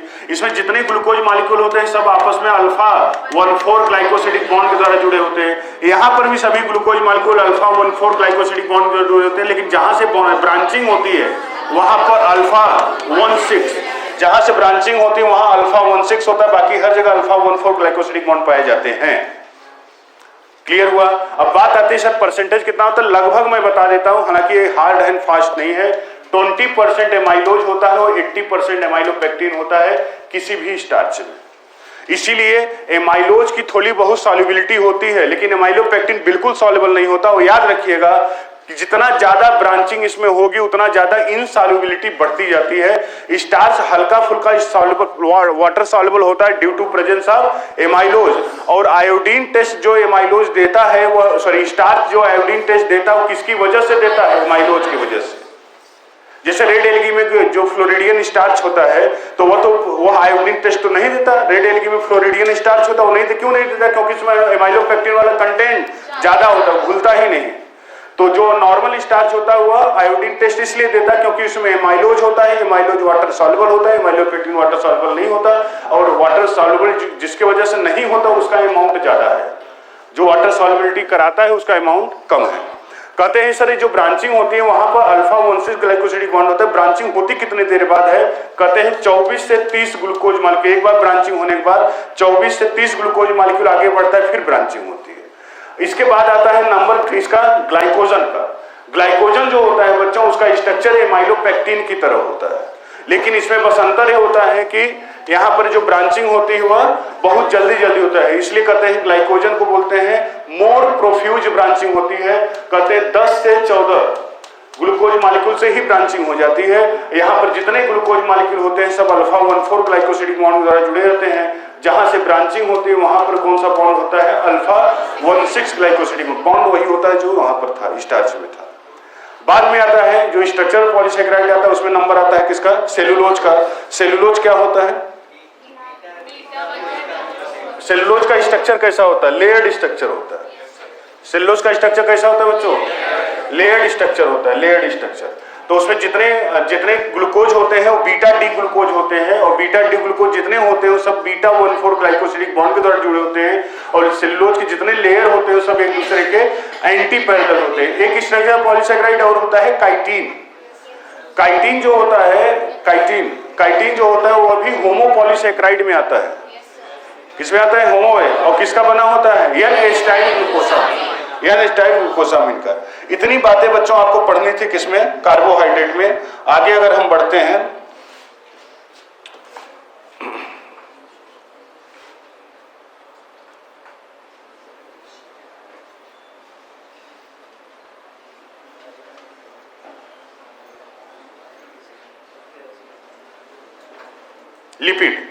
लिपिड की अगर हम बात करते हैं, जैसे बायोमॉलिक्यूल कार्बोहाइड्रेट था एग्जैक्टली वैसे लिपिड होता है। बस कार्बोहाइड्रेट जो होता था उसमें मोनोमर और पॉलीमर दोनों थे, लिपिड में पॉलीमर मोनोमर वाला कंसेप्ट नहीं है, इसलिए लिपिड शुद्ध रूप से क्या है, माइक्रोमॉलिक्यूल है। जबकि कार्बोहाइड्रेट दोनों यूनिट आप देखते थे वहां पर जो ग्लूकोज होता था वह क्या होता था, वहां पर जो ग्लूकोज होता था वो क्या होता था, माइक्रोमॉलिक्यूल, और जो जो स्टार्च होता था वो क्या होता था, माइक्रोमॉलिक्यूल। लिपिड में सब माइक्रोमॉलिक्यूल ही होते हैं क्योंकि उनका मॉलिक्यूलर वेट 800 डाल्टन से कम होता है, और ये एसिड इनसॉल्युबल होते हैं। लिपिड का डेफिनेशन होता है this is A heterogeneous organic compound. क्या होता है, हेटेरोजेनस ऑर्गेनिक कंपाउंड लिपिड होता है। यह एक्चुअल में एस्टर होता है किसका, एल्कोहल और फैटी एसिड का। किसका, एल्कोहल और फैटी एसिड का एस्टर होता है। ऑब्वियसली एसिड और एल्कोहल के बीच में रिएक्शन होता है तो एस्टर का ही फॉर्मेशन होता है। लिपिड की 3 कैटेगरी बनाई गई है, स्टोरेज लिपिड, मेम्ब्रेन लिपिड और लिपिड डेरिवेटिव। स्टोरेज लिपिड जो होता है वह उसमें दो चीजें आती हैं, फैट और ऑयल, घी और तेल। शुद्ध रूप से जो फैट और ऑयल होता है उसको स्टोरेज लिपिड होता है, बॉडी में स्टोर होता है, इंसुलेशन का काम करता है और यह बना होता है ट्राईहाइड्रिक एल्कोहल, ग्लिसरॉल का और 3 फैटी एसिड होते हैं। 3 फैटी एसिड और ट्राईहाइड्रिक एल्कोहल इन दोनों का एस्टर बनता है तो उसी को हम स्टोरेज लिपिड बोलते हैं। और यह फैटी एसिड किस तरह का है उसके आधार पर घी और तेल या फैट और ऑयल का हम नाम लेते हैं। अगर फैटी एसिड सैचुरेटेड है तब वह कौन सा होगा, फैट होगा। अगर फैटी एसिड अनसैचुरेटेड है तो वह क्या होगा, ऑयल होगा। तो फैट और ऑयल जो होता है वो किसके आधार पर होता है, फैटी एसिड के नेचर के आधार पर। तो स्टोरेज लिपिड जो होता है बच्चों, स्टोरेज लिपिड, इसमें अगर हम स्ट्रक्चर की बात करें एक बता देते हैं, CH2OH, CHOH, CH2OH, इसको ट्राईहाइड्रिक एल्कोहल बोलते हैं, ग्लिसरॉल है। ऐसे फैटी एसिड जुड़ेगा CR1, CR2, CR3। तो यहां पर देखो ये वाटर मॉलिक्यूल निकल जाएगा, ये देखो वाटर मॉलिक्यूल निकलेगा। कितने वाटर मॉलिक्यूल निकलेंगे बच्चों, 3 वाटर मॉलिक्यूल निकल जाएगा तो बनेगा CH2 double O CR1, CH OO CR2, CH2 double O CR3। ये देखो ये बना, इसी को हम नाम देते हैं फैट है ऑयल, जो हम नाम देते हैं इसी का नाम है, इसको स्टोरेज लिपिड बोलते हैं। यह ट्राईहाइड्रिक एल्कोहल, ये ट्राईहाइड्रिक एल्कोहल क्योंकि इसमें 3 OH ग्रुप है और 3 फैटी एसिड होते हैं, ये बनता है। और इसी को हम और नाम देते हैं न्यूट्रल फैट भी बोलते हैं, इसको क्या बोलते हैं, न्यूट्रल फैट बोलते हैं, या इसी को ट्राईग्लिसराइड भी बोलते हैं। क्या नाम देते हैं, ट्राईग्लिसराइड। ट्राईग्लिसराइड में ग्लिसरॉल मॉलिक्यूल कितना, मन कहता है 3 कहने को, ट्राई माने 3, ग्लिसराइड माने ग्लिसरॉल, नहीं ऐसा नहीं है। ट्राईग्लिसराइड इसी को बोलते हैं, इसमें ग्लिसरॉल मॉलिक्यूल एक होता है। कौन सा, ट्राई जो 3 है किसके लिए यूज किया गया है, फैटी एसिड के नंबर के लिए यूज किया गया है। अगर 2 फैटी एसिड होते तो डाइग्लिसराइड बोलते हैं, एक होता है तो मोनोग्लिसराइड। अब बात आती है sir fatty acid. Fatty acid जो होता है बच्चों, इसका डिफिनीशन होता है long hydrocarbon chain ending with carboxylic group. लंबा सा हाइड्रोकार्बन चेन है, लास्ट में क्या है, कार्बोक्सिलिक ग्रुप है, तो उसी को हम क्या नाम देते हैं, फैटी एसिड। और फैटी एसिड 2 तरह का होता है, कौन कौन, सैचुरेटेड फैटी एसिड और अनसैचुरेटेड फैटी एसिड। अगर कार्बन कार्बन के बीच में सिर्फ सिंगल बॉन्ड है तो उसको सैचुरेटेड फैटी एसिड बोलेंगे। अगर कार्बन कार्बन के बीच में सिंगल बॉन्ड के साथ साथ डबल बॉन्ड भी है, ये मत बोलना कि डबल बॉन्ड है तो अनसैचुरेटेड बोलेंगे, सिंगल बॉन्ड है तो सैचुरेटेड, गलत हो जाएगा। जो अनसैचुरेटेड फैटी एसिड होता है उसमें मैक्सिमम सिंगल बॉन्ड ही होता है, कहीं कहीं डबल बॉन्ड होता है। तो सैचुरेटेड फैटी एसिड में सिर्फ सिंगल बॉन्ड होता है। जैसे एग्जांपल बताओ, पामिटिक एसिड, पामिटिक एसिड जो होता है वो होता है, और हाँ पामिटिक एसिड होता है, उसमें कार्बन कार्बन में सिंगल बॉन्ड होता है, 16 कार्बन का होता है। दूसरा होता है, नहीं यार, दूसरा होता है अनसैचुरेटेड फैटी एसिड, उसमें सिंगल बॉन्ड के साथ साथ डबल बॉन्ड भी होता है। और क्योंकि बच्चों डबल बॉन्ड के आ जाने से उसका जो लैटिस स्ट्रक्चर होता है उतना अच्छा नहीं हो पाता, उसकी पैकिंग उतनी अच्छी नहीं होती, क्योंकि कहीं कहीं डबल बॉन्ड होता है, जिसके वजह से उसकी मेल्टिंग पॉइंट कम होती है। और जो सैचुरेटेड फैटी एसिड है उसमें सिमेट्री होने की वजह से सब सिंगल बॉन्ड होता है तो क्लोज पैकिंग होती है, जिसके वजह से उसका मेल्टिंग पॉइंट ज्यादा होता है। इसीलिए जो फैट होता है वो रूम टेम्परेचर पर सॉलिड होता है, क्योंकि उसमें सैचुरेटेड फैटी एसिड होता है। और जो ऑयल होता है रूम टेम्परेचर पर लिक्विड होता है, क्योंकि उसमें अनसैचुरेटेड फैटी एसिड होता है। जैसे अनसैचुरेटेड फैटी एसिड भी 2 तरह का होता है, एक होता है मूफा, एक होता है फूफा, नहीं फूफा। तो मूफा मतलब mono unsaturated fatty acid. Mono unsaturated मतलब सिंगल बॉन्ड, अगर किसी फैटी एसिड में डबल बॉन्ड की संख्या 1 है तो उसको बोलेंगे मोनो अनसैचुरेटेड। जैसे ओलिक एसिड, ओलिक एसिड में डबल बॉन्ड की संख्या 1 होती है। पॉली अनसैचुरेटेड, अगर किसी फैटी एसिड में डबल बॉन्ड की संख्या 1 से ज्यादा हो, 2 हो सकता है, 3 हो सकता है, 4 हो सकता है और नहीं हो सकता, 4 ही हो सकता है, 5 नहीं होता। तो मैक्सिमम डबल बॉन्ड की संख्या कितनी होती है, 4। एरेकिडोनिक एसिड में एक कभी कभी क्वेश्चन करते हो ना, एरेकिडिक एसिड आ जाता है। एरेकिडिक एसिड, एरेकिडिक एसिड, एरेकिडिक एसिड जो होता है ये 20 कार्बन का होता है, लेकिन ये सैचुरेटेड फैटी एसिड होता है। एक होता है एरेकिडोनिक एसिड, एरेकिडोनिक एसिड यह जो होता है यह भी 20 कार्बन का होता है, लेकिन इसमें 4 डबल बॉन्ड पाए जाते हैं इसमें, और इसमें एक भी डबल बॉन्ड नहीं होता, होता 20 कार्बन का ही है। ये सैचुरेटेड है, ये अनसैचुरेटेड है। तो फैटी एसिड जो होते हैं वो दो तरह, अनसैचुरेटेड फैटी एसिड दो कैटेगरी, एक डबल बॉन्ड है तो मोनो अनसैचुरेटेड फैटी एसिड, अगर एक से ज्यादा है तो poly unsaturated fatty acid. Poly unsaturated fatty acid जो होता है उसमें डबल बॉन्ड की संख्या 2 भी हो सकती है, 3 भी हो सकती है, मैक्सिमम 4 डबल बॉन्ड की संख्या होती है। क्वेश्चन आता है मैक्सिमम डबल बॉन्ड की संख्या कितनी हो सकती है? 4 होती है। किसमें होती है? एरेकिडोनिक एसिड में 20 कार्बन का होता है। लिनोलिक एसिड, लिनोलिनिक एसिड और एरेकिडोनिक एसिड, तीनों को हम बोलते हैं इसेंशियल फैटी एसिड, क्योंकि हमारे भोजन में नहीं पाए, सॉरी हमारे बॉडी में नहीं बनता, इसको भोजन के रूप में आपको लेना पड़ता है। कौन कौन? लिनोलिक, लिनोलिनिक और एरेकिडोनिक एसिड, ये तीनों। लिनोलिक और लिनोलिनिक जो है वह उसमें 18 कार्बन होते हैं। लिनोलिक एसिड में 2 डबल बॉन्ड होता है, लिनोलिनिक एसिड में 3 डबल बॉन्ड होता है, एरेकिडोनिक एसिड में 4 डबल बॉन्ड होता है। ये तीनों क्या है? Essential fatty acid. कहोगे सब ना खाएं तो क्या हो जाएगा? ज्यादा कुछ नहीं होगा, एक डिजीज होता है, फ्रेनोडर्मा डिजीज होता है। तो कहते हैं phrynoderma disease occurs due to lack of essential fatty acid. Essential मतलब जरूरी, अगर उसको नहीं आप लेते हैं तो एक डिजीज होती है फ्रेनोडर्मा। अगर वो इसेंशियल फैटी एसिड आप कंज्यूम नहीं करते तो फ्रेनोडर्मा डिजीज होती है। चलिए अगला हम अगली तरफ पढ़ते हैं। स्टोरेज लिपिड के बाद आता है मेम्ब्रेन लिपिड। मेम्ब्रेन लिपिड जो होता है बच्चों वह सेल मेम्ब्रेन में होता है या प्लाज्मा मेम्ब्रेन होता है। प्लाज्मा मेम्ब्रेन मुख्यतः किस चीज का बना होता है? प्रोटीन का और लिपिड का, मेम्ब्रेन लिपिड का। मैं कहते हैं प्लाज्मा मेम्ब्रेन में जो फ्लूइडिटी होती है, जो उसका लिक्विड नेचर होता है वो लिपिड की वजह से होता है, और जो उसका इलास्टिक नेचर होता है प्रोटीन की वजह से होता है। तो फास्फोलिपिड जो होता है, सॉरी मेम्ब्रेन लिपिड जो होता है, इसको 2 कैटेगरी में बांटते हैं। मेम्ब्रेन लिपिड को 2 कैटेगरी में बांटते हैं, 2 कैटेगरी में बांटते हैं। मेम्ब्रेन लिपिड 2 होता है, एक फास्फोलिपिड होता है, यही बताते हैं। मेम्ब्रेन लिपिड 2 होता है, एक होता है फास्फोलिपिड, मैक्सिमम यही होता है फास्फोलिपिड, और एक होता है ग्लाइकोलिपिड। ग्लाइकोलिपिड, फास्फोलिपिड में एल्कोहल के आधार में 2 तरह का होता है, ग्लिसरोफास्फोलिपिड और स्पिंगोफास्फोलिपिड। अगर फास्फोलिपिड में एक ग्लिसरॉल होगा, 2 फैटी एसिड होगा और 1 फास्फेट होगा, क्या क्या? एक ग्लिसरॉल मॉलिक्यूल होगा, 2 फैटी एसिड होगा और 1 फास्फेट होगा, तब उसको ग्लिसरोफास्फोलिपिड बोलेंगे। मैक्सिमम प्लाज्मा मेम्ब्रेन में ग्लिसरोफास्फोलिपिड ही पाया जाता है। ग्लिसरोफास्फोलिपिड भी बच्चों जो होता है, ग्लिसरोफास्फोलिपिड ये भी 2 तरह का होता है।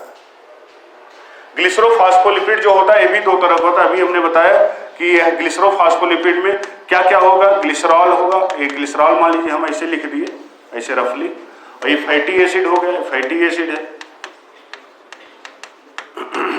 ये फैटी एसिड है, और ये क्या है? फास्फेट, एक फैटी एसिड फास्फेट है, और फास्फेट से साथ यक्स जुड़ा होता है। अगर यह यक्स जो यक्स में लिखा हूं फास्फेट से जुड़ा है, ये नाइट्रोजन का कंपाउंड होता है। अगर यह कोलियक्स की जगह हम क्या लिख दे? कोलिन, तब इस फास्फोलिपिड को लेसिथीन बोलते हैं। बहुत कॉमन है क्वेश्चन। मोस्ट कॉमन फास्फोलिपिड कौन सा होता है? लेसिथीन, लेसिथीन होता है। अगर इस यक्स के जगह इथेनोलाइमिन रख दें तब उस फास्फोलिपिड को बोलेंगे सिफेलिन। सिफेलिन नर्वस टिश्यू में होता है। सिफेलिन कहां होता है? नर्वस टिश्यू में। लेसिथीन कहां होता है? ज्यादातर टिश्यू में। नर्वस टिश्यू के अलावा बाकी जितने टिश्यू सेल होते हैं उसमें लेसिथीन पाया जाता है। तो सबसे कॉमन फास्फोलिपिड कौन सा होता है? लेसिथीन होता है। स्पिंगोफास्फोलिपिड की बात करें तो वहां ग्लिसरॉल की जगह स्पिंगोसिन एल्कोहल होता है, जो कि डाइहाइड्रिक एल्कोहल होता है। स्पिंगोफास्फोलिपिड जो होता है उसमें 1 फैटी एसिड होता है, 1 फास्फेट होता है, क्योंकि वो डाइहाइड्रिक एल्कोहल होता है तो मैक्सिमम 2 ही उसमें OH ग्रुप है, तो एक OH ग्रुप से फास्फेट अटैच हो जाता है, एक OH ग्रुप से फैटी एसिड। इसके बाद आता है ग्लाइकोलिपिड। ग्लाइकोलिपिड हालांकि मेम्ब्रेन लिपिड में फास्फोलिपिड 90% होता है, 10% ग्लाइकोलिपिड होता है, मेम्ब्रेन में ग्लाइकोलिपिड कम होता है। ग्लाइकोलिपिड में भी कैटेगरी 2 है। अगर ग्लिसरॉल एल्कोहल है तो ग्लिसरोग्लाइकोलिपिड, और स्पिंगोसिन एल्कोहल है तो स्पिंगोग्लाइकोलिपिड। ग्लिसरोग्लाइकोलिपिड जो होता है वह ग्लिसरॉल होगा, 2 फैटी एसिड होगा, बस ये फास्फेट की जगह कार्बोहाइड्रेट आ जाएगा। और स्पिंगोग्लाइकोलिपिड जो होता है उसमें 1 फैटी एसिड होता है, 1 कार्बोहाइड्रेट होता है। स्पिंगोग्लाइकोलिपिड थोड़ा सा ज्यादा पढ़ना होगा। स्पिंगोग्लाइकोलिपिड में जो कार्बोहाइड्रेट होता है उसके नेचर के आधार पर स्पिंगोग्लाइकोलिपिड 3 तरह के होते हैं। ये स्फिंगो देखो स्फिंगोलिपिड है, स्फिंगोसिन है, एक फैटी एसिड दिख रहा है, एक फास्फेट है, वो अल्कोहल है, उससे जुड़ा रहता है। और अच्छा यहाँ नहीं दिया है, टाइप ऑफ स्फिंगोग्लाइकोलिपिड है, इसमें स्फिंगोसिन होगा, एक कार्बोहाइड्रेट होगा, और कार्बोहाइड्रेट के नेचर के आधार पे 3 तरह का होता है, देख ही लो। एक होता है सेरिब्रोसाइड, एक होता है ग्लोबोसाइड, एक होता है गैंग्लियोसाइड।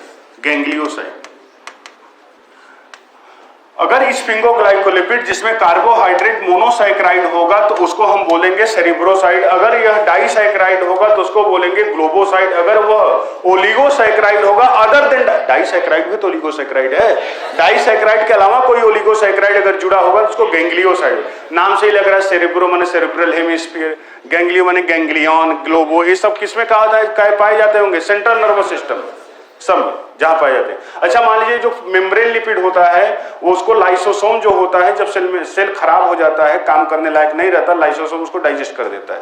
मान लो ना डाइजेस्ट कर पाए तो तब कहते हैं एक सारी डिजीज होती है। तो डिपोजिशन ऑफ मेम्ब्रेन लिपिड के डिपोजिशन से एक डिजीज होती है, उसका नाम है नीमैन पिक डिजीज या टे-साइक्स डिजीज, TAYSACHS, टे-साइक्स डिजीज या नीमैन पिक डिजीज कहा जाता है। ये तो हुआ बच्चों मेम्ब्रेन लिपिड डेरिवेटिव की बात करते हैं तो इसमें स्टीराल आता है। स्टीराल जो होता है वो चार इसमें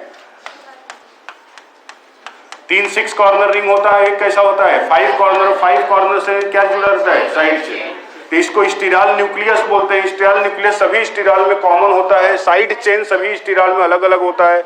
स्टीराल का काम क्या होता है? कहते हैं स्टीराल जो होता है सब प्लाज्मा सेल मेम्ब्रेन जो होता है उसको स्टेबलाइज करता है।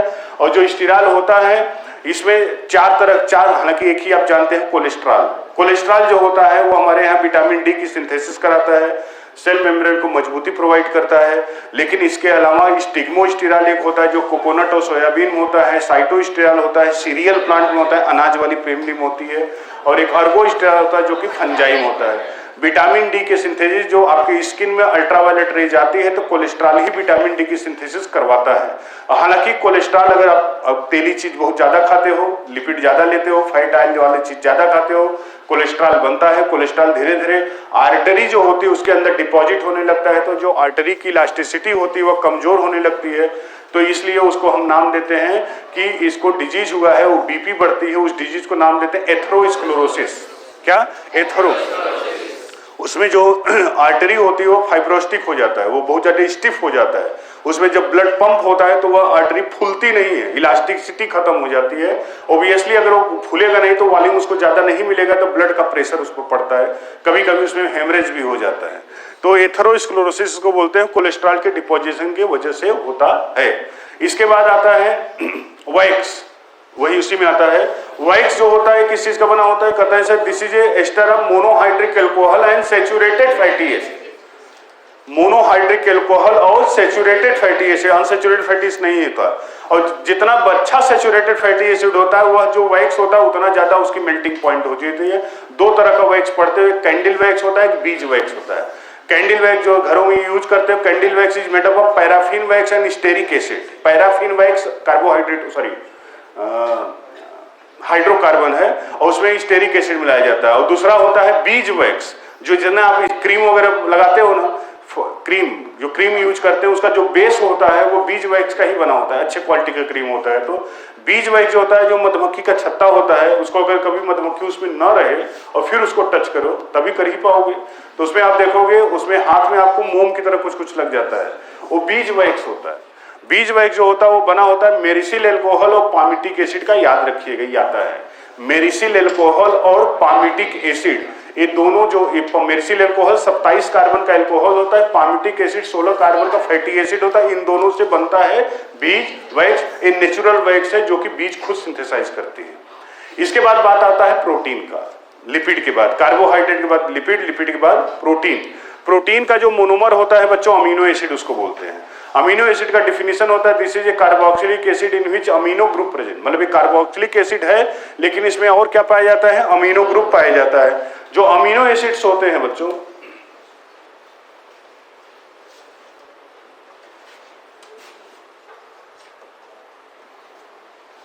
अमीनो एसिड है,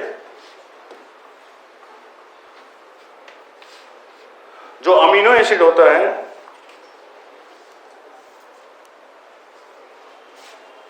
अमीनो एसिड में एक कार्बन यहां भी होता है, कार्बोक्सिलिक ग्रुप होगा, यहाँ एल्किल ग्रुप होगा, यहाँ हाइड्रोजन होगा, यहाँ अमीनो ग्रुप होगा। ये देखो, ये अमीनो एसिड है, इसीलिए इसको डिफाइन करते हैं carboxylic acid with amino group. Carboxylic acid होता है किसके साथ? अमीनो ग्रुप के साथ। जितने अमीनो एसिड होते हैं बच्चों, सब में क्या अलग अलग होता है? एल्किल ग्रुप अलग अलग होता है, आर ग्रुप अलग अलग होता है, कार्बन और बाकी सब चीजें सेम होती हैं। ये कार्बोक्सिलिक ग्रुप होगा ही होगा, अमीनो ग्रुप होगा ही होगा, हाइड्रोजन होगा। क्या अलग अलग होगा? Alkyl group. एक अमीनो एसिड होता है जिसमें एल्किल ग्रुप की जगह हाइड्रोजन पाया जाता है, उस अमीनो एसिड का नाम है glycine. Glycine glycine simplest amino acid होता है। ओबियसली अभी हमने बताया था कि जो जितने कार्बोहाइड्रेट होते हैं, जितने भी कार्बोहाइड्रेट होते हैं, सॉरी जितने भी ऑर्गेनिक कंपाउंड होते हैं, मतलब कार्बन वाले कंपाउंड, उसमें अगर कार्बन के चारों बॉन्ड अलग अलग ग्रुप से जुड़े होते हैं तो उसको हम क्या नाम देते हैं? वह कार्बन एसिमेट्रिक कार्बन को बोलते हैं। और वह एसिमेट्रिक कार्बन के अराउंड किसी एक पर्टिकुलर ग्रुप को दाहिने बाएं राइट लेफ्ट करने से एक आइसोमर मिलता है, उसको स्टीरियो आइसोमर बोलते हैं। जैसे कि कार्बोहाइड्रेट में OH ग्रुप को राइट हैंड साइड करते थे, यहां पर अमीनो ग्रुप करते हैं।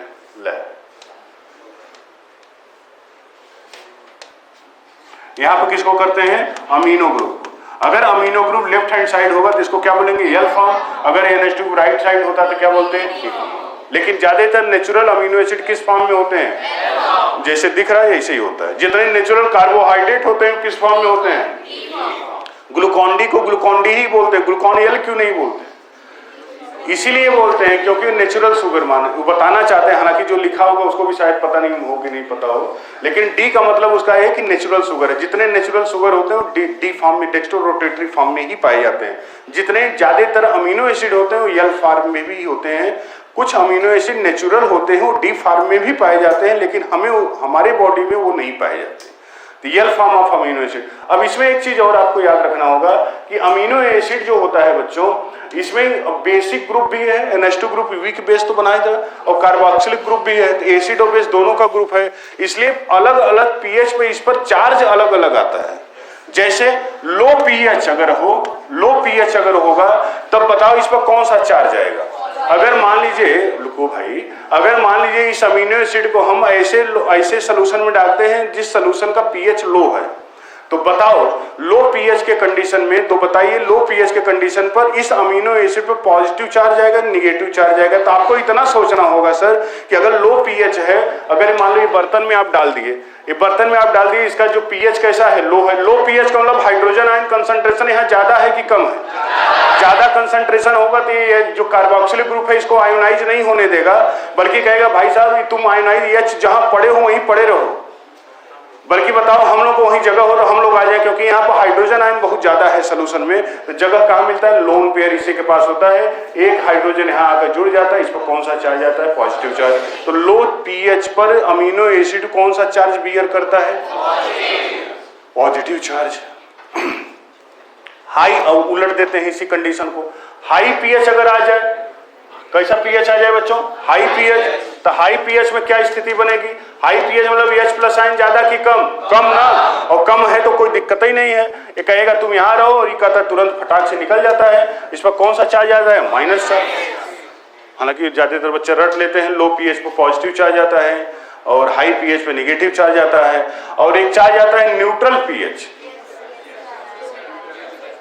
न्यूट्रल पीएच पर कौन सा चार्ज आएगा? न्यूट्रल पीएच किसको बोलते हैं? कितने पीएच को न्यूट्रल पीएच बोलते हैं? नहीं, 7 मत बोला करो, गलत हो जाएगा। आप सबसे हाँ, क्योंकि जो न्यूट्रल पीएच होता है वो डिपेंड करता है कि वाटर का आयोनाइजेशन कांस्टेंट कितना है, और आयोनाइजेशन कांस्टेंट वाटर का टेम्परेचर पर डिपेंड करता है।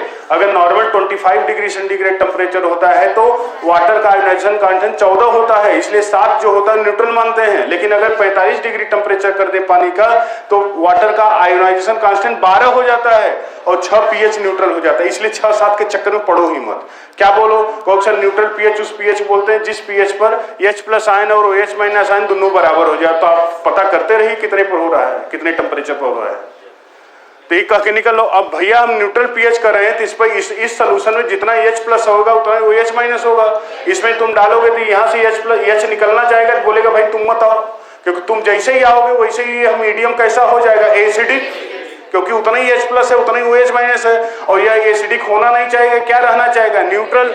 तो इसको निकलने से मना कर देता, कहता है तो हम नहीं आ रहे तो हम ही आ जाते हैं, कहता है कि तुम नहीं आ रहे हो तो इधर आ जाए, ये कहता है नहीं तुम भी मत आओ, क्योंकि जैसे ही H+ यहाँ जाएगा तो इस मीडियम में OH- आयन का कंसंट्रेशन ज्यादा हो जाएगा, क्या हो जाएगा, बेसिक, वो भी नहीं होना है, ना एसिड होना है ना बेसिक, इसको न्यूट्रल ही रहना है। तो कहता है यार बाहर गांव से हम तो कह के आए थे जाएंगे कुछ न कुछ लेकर आएंगे, कौन, अमीनो एसिड, मतलब जब हम डुबकी लगाते थे सोल्यूशन में तो कोई ना कोई चार्ज लेकर निकलते थे, या तो पॉजिटिव या निगेटिव। अब डुबकी लगा रहे हैं तो कोई चार्ज मिल ही नहीं रहा है, ना पॉजिटिव मिल रहा है ना निगेटिव मिल रहा है, कब चलो आपस में कुछ किया जाए।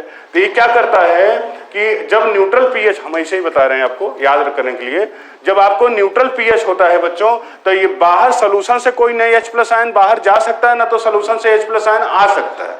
तो क्या करता है कि भैया एक काम करो, इसका उसी मॉलिक्यूल का जो H+ आयन है यहां से निकल के यहां चला जाता है, तो यहाँ पर NH3+, यहाँ माइनस, तो कौन सा चार्ज आ जाता है, प्लस चार्ज और माइनस चार्ज दोनों, और वैसा आयन जिसमें प्लस और माइनस दोनों चार्ज होता है इसके ज्यूटर आयन बोलते हैं। ज्यूटर आयन जो होता है वो इलेक्ट्रॉनिकली न्यूट्रल होता है। कैटायन में प्लस होता है, एनायन में माइनस होता है, ज्यूटर आयन में प्लस माइनस दोनों होता है, तो अगर दोनों को जोड़ोगे तो 0 हो जाएगा ना। तो ज्यूटर आयन कब बनता है, न्यूट्रल पीएच पर। किस पीएच में बनता है, न्यूट्रल पीएच। ये सब तो बता दिए, चार्ज भी बता दिए। हाँ, अब ये सब चीजें हैं आपको याद रखना होगा, आपको ग्रुप में हम डलवा देंगे। एसिडिक लिखे भी हैं आप नोट्स में। एसिडिक एसिड कौन कौन सा होता है, एस्पार्टिक एसिड और ग्लूटामिक एसिड। इसके बाद है बेसिक अमीनो एसिड, आर्जिनिन होता है, लाइसिन होता है और हिस्टिडीन होता है। इसके बाद आता है न्यूट्रल अमीनो एसिड, इसमें ज्यादा होता है ग्लाइसिन, एलेनिन, ल्यूसिन, आइसोल्यूसिन और वेलिन होता है। एसिड एमाइड, एस्पार्जिन और ग्लूटामिन होता है। एल्कोहलिक अमीनो एसिड थ्रियोनिन और वेलिन होता है, सेरीन होता है। Sulphur containing amino acid methionine और सिस्टीन होता है। Aromatic amino acid phenyl alanine और टायरोसिन होता है। हेट्रोसाइक्लिक अमीनो एसिड ट्रिप्टोफैन और हिस्टिडीन होता है। और सेकेंडरी अमीनो एसिड प्रोलीन होता है। इसके बाद बात आती है सर जो अमीनो एसिड होते हैं कुल मिलाजुलाकर होते तो 300 से ज्यादा अमीनो एसिड नेचर में पाए जाते हैं, लेकिन हमें 300 से मतलब नहीं, हमें 20 से मतलब है। हमारे बॉडी में जो प्रोटीन पाया जाता है वह 20 अमीनो एसिड का मिलकर बना होता है। उस 20 अमीनो एसिड का जिसका कोडान हमारे बॉडी में होता है उसको हम स्टैंडर्ड अमीनो एसिड बोलते हैं। और जो स्टैंडर्ड अमीनो एसिड होता है वो 20 की संख्या होती है, उसमें से 10 हमें खाना पड़ता है, बाहर से लेना पड़ता है, और 10 हमारे बॉडी में, हालांकि हमारे बॉडी में बनता 12 है, लेकिन बाहर से हम लोग कितना लेते हैं, 10 लेना पड़ता है। रीजन ये होता है कि जो आर्जिनिन और हिस्टिडीन होता है वो सेमी एसेंशियल अमीनो एसिड होता है। तो आपको याद करने के लिए तरीका बताए थे कि अगर तुम क्वेश्चन जो पूछता है कि which of the following amino acid essential amino acid या नॉन इसेंशियल अमीनो एसिड, तो हमारे बॉडी में 10 कितने इसेंशियल हैं, 10 इसेंशियल हैं, 10 क्या है, नॉन इसेंशियल है। तो आप कोई भी 10 याद कर लो, जो नहीं याद होगा इसका मतलब दूसरा वाला कैटेगरी का होगा।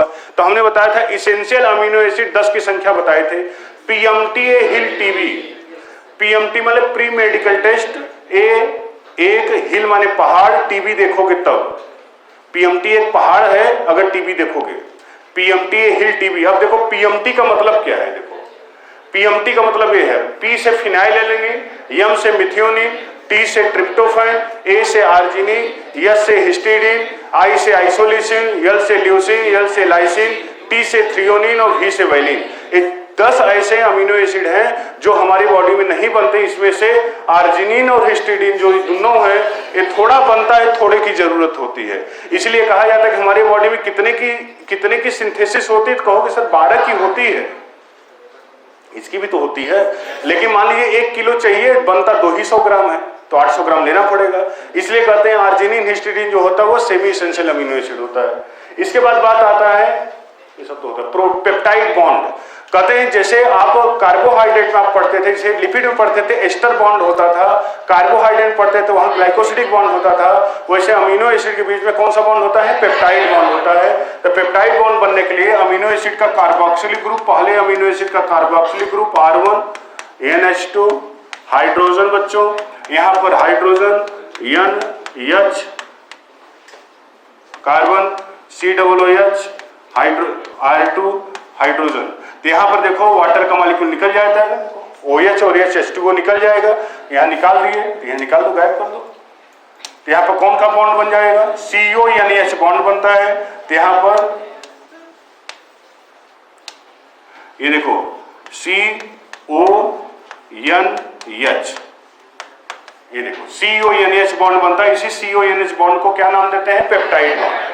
तो इस अगर दो अमीनो एसिड के बीच में पेप्टाइड बॉन्ड बनता है तो उसको डाइपेप्टाइड बोलते हैं। फिर वही बात, डाइपेप्टाइड में पेप्टाइड बॉन्ड का संख्या कितना? मन क्या कहता है? 2 कहता है। डाई माने 2 और पेप्टाइड में पेप्टाइड बॉन्ड, लेकिन 2 होता नहीं है बच्चों, होता कितना है? 1। तो डाई जो नंबर है 2 है, किसके लिए यूज किया जाता है? अमीनो एसिड के लिए। अगर कोई बोलता है पेंटापेप्टाइड, इसका मतलब वो उसमें पेप्टाइड बॉन्ड कितने होंगे? 4। अमीनो एसिड कितने होंगे? 5 अमीनो एसिड होंगे, 4 पेप्टाइड बॉन्ड होगा। तो ये जो 9 डाई टेट्रा पेंटा हेक्सा जो भी नंबर होता है बच्चों, अगर कोई बोलता है कि सर बताइए अच्छा पॉलीपेप्टाइड में पेप्टाइड बॉन्ड कितने, तो बोलिए सर पॉली -1। पॉली तो कोई नंबर होता नहीं, तो पॉली आप बता दीजिए नंबर, उसमें से कम कर लीजिएगा, आप देख लीजिएगा अपना, वही होगा पेप्टाइड बॉन्ड। जितना अमीनो एसिड होता है उससे एक कम पेप्टाइड बॉन्ड होता है। और याद रखिएगा पेप्टाइड बॉन्ड हमेशा ट्रांसपोजिशन में पाया जाता है। इसके बाद आता है बच्चों कि जितने प्रोटीन होते हैं वो माइक्रोमॉलिक्यूल होते हैं, उसका मोनोमर अमीनो एसिड होता है।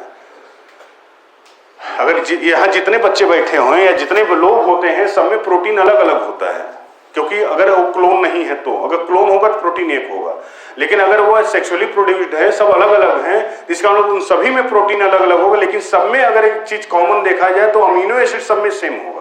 जैसे इंग्लिश के वर्ड तो अलग अलग हो सकते हैं, लेकिन स्पेलिंग के अंदर जो अल्फाबेट होते हैं वो ABCD में से कोई ना कोई रहता है ना, बस वही बात है।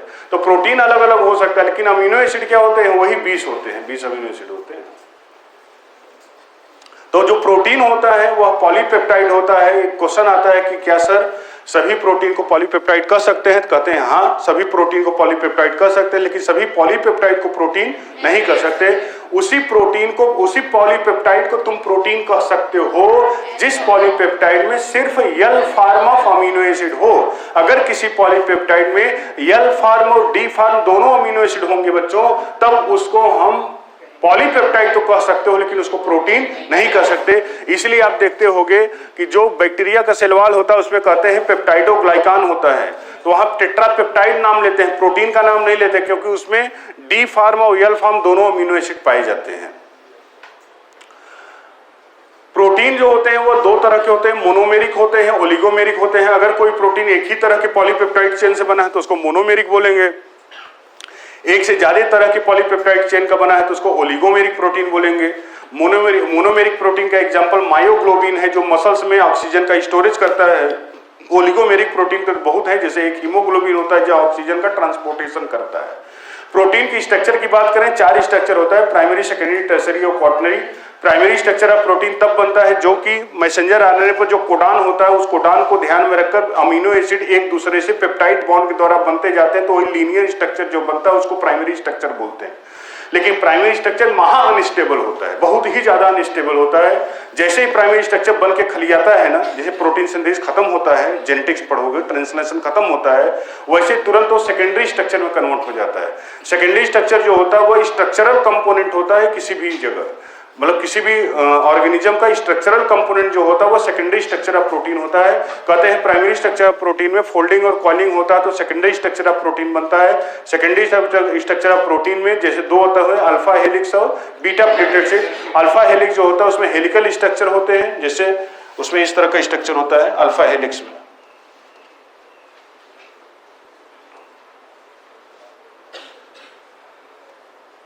ये है अल्फा हेलिक्स। देखिए अल्फा हेलिक्स में स्ट्रक्चर आप देखेंगे तो यहाँ पर हेलिकल स्ट्रक्चर होता है, इस तरह का स्ट्रक्चर हेलिकल स्ट्रक्चर होता है।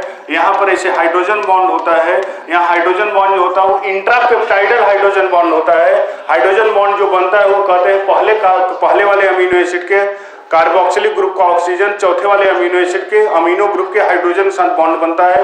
एक हेलिक्स में की जो लंबाई होती है वो 3.6 होता है, सॉरी एक हेलिक्स में एक हेलिक्स में जितने अमीनो एसिड होते हैं उनकी संख्या कितनी होती है? 3.6 एवरेज लिया जाता है एक्चुअली, क्योंकि पहले अमीनो एसिड और चौथे अमीनो एसिड के बीच में बॉन्ड बनता है, लेकिन इस वाले हेलिक्स के लिए इसका चौथा, इसका के लिए क्या होता है? पहला। इसलिए एक हेलिक्स में कितने अमीनो एसिड होते हैं? 3.6। अल्फा हेलिक्स में जो पेप्टाइड बॉन्ड होता है ये हाइड्रोजन बॉन्ड है। ये हाइड्रोजन बॉन्ड को इंट्रापेप्टाइडल हाइड्रोजन बॉन्ड बोलते हैं। और किस में पाया जाता है?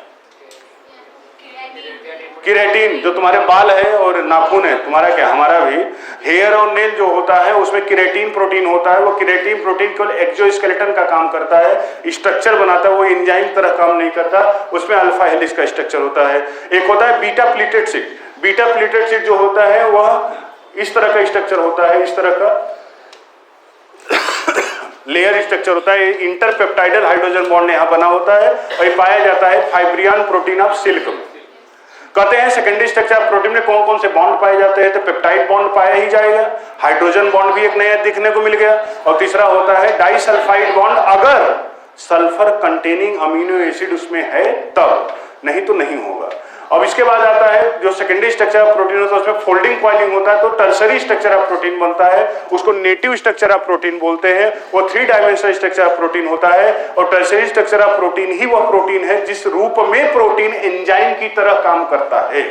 इसीलिए कहते हैं टर्सरी स्ट्रक्चर ऑफ प्रोटीन के थोबड़े में थोड़ा बहुत चेंज होता है, थोड़ा मतलब उसका स्ट्रक्चर में थोड़ा बहुत चेंज होता है, तो उसको डीनेचुरेशन ऑफ प्रोटीन कहा जाता है। और डीनेचुरेशन ऑफ प्रोटीन जो होता है वह कहीं ना कहीं एंजाइम को बेकार कर देता है। मतलब अगर कहते हैं कि एंजाइम काम नहीं कर रहा तो इसका मतलब प्रोटीन डीनेचर कर गया।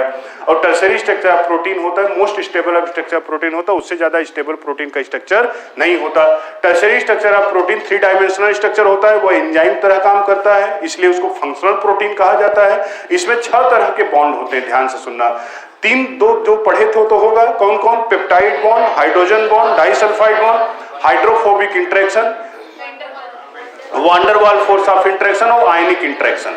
ये 6 बॉन्ड होते हैं बच्चों जो कि किसमें पाए जाते हैं? टर्सरी स्ट्रक्चर प्रोटीन में। क्वाटरनरी स्ट्रक्चर ऑफ प्रोटीन कहते हैं कई स्ट्रक्चर मिलकर क्या बनाते हैं? Quaternary structure. जैसे जो वायरस का कैप्सिड होता है, जो प्रोटीन कोट होता है, वो टर्सरी स्ट्रक्चर ऑफ प्रोटीन का एग्जांपल है। कहते हैं सर कोई प्रोटीन ऐसा मिल जाए ना प्राइमरी हो, ना सेकेंडरी हो, ना टर्सरी हो, ना क्वाटरनरी, तो क्या बोलेंगे? उसको डोमेन बोलते हैं। क्या बोलते हैं? Domain, DOMAIN। कोई any structure of protein which beyond the primary, secondary, tertiary या क्वाटरनरी, चारों में से कोई अगर उससे मेल नहीं खाता तो उसको हम क्या नाम देते हैं? डोमेन। लास्ट है न्यूक्लिक एसिड। न्यूक्लिक एसिड जो होता है बच्चों वह माइक्रोमॉलिक्यूल है, लेकिन उसका मोनोमर क्या होता है? न्यूक्लियोटाइड होता है। न्यूक्लिक एसिड जब हम हाइड्रोलाइज करते हैं तो क्या बनता है? न्यूक्लियोटाइड। न्यूक्लियोटाइड को जब हाइड्रोलाइज करते हो तो न्यूक्लियोसाइड बनता है, और न्यूक्लियोसाइड को जब हाइड्रोलाइज करते हो तो बनता है पेंटोज शुगर और नाइट्रोजनस बेस। तो एक्चुअली पेंटोज शुगर 2 तरह का होता है, राइबोज और डीऑक्सीराइबोज, और जो नाइट्रोजनस बेस होते हैं वो 5 तरह के होते हैं, adenine, guanine, thymine, cytosine, uracil. इन दोनों की स्ट्रक्चर से मिलकर क्या बनाता है? न्यूक्लियोसाइड। और न्यूक्लियोसाइड से जब फास्फेट जुड़ जाता है तो उसको न्यूक्लियोटाइड बोलते हैं। तो जो न्यूक्लियोसाइड होता है बच्चों, तो एक पेंटोज शुगर है, जैसे मान लो हम यही बनाते हैं,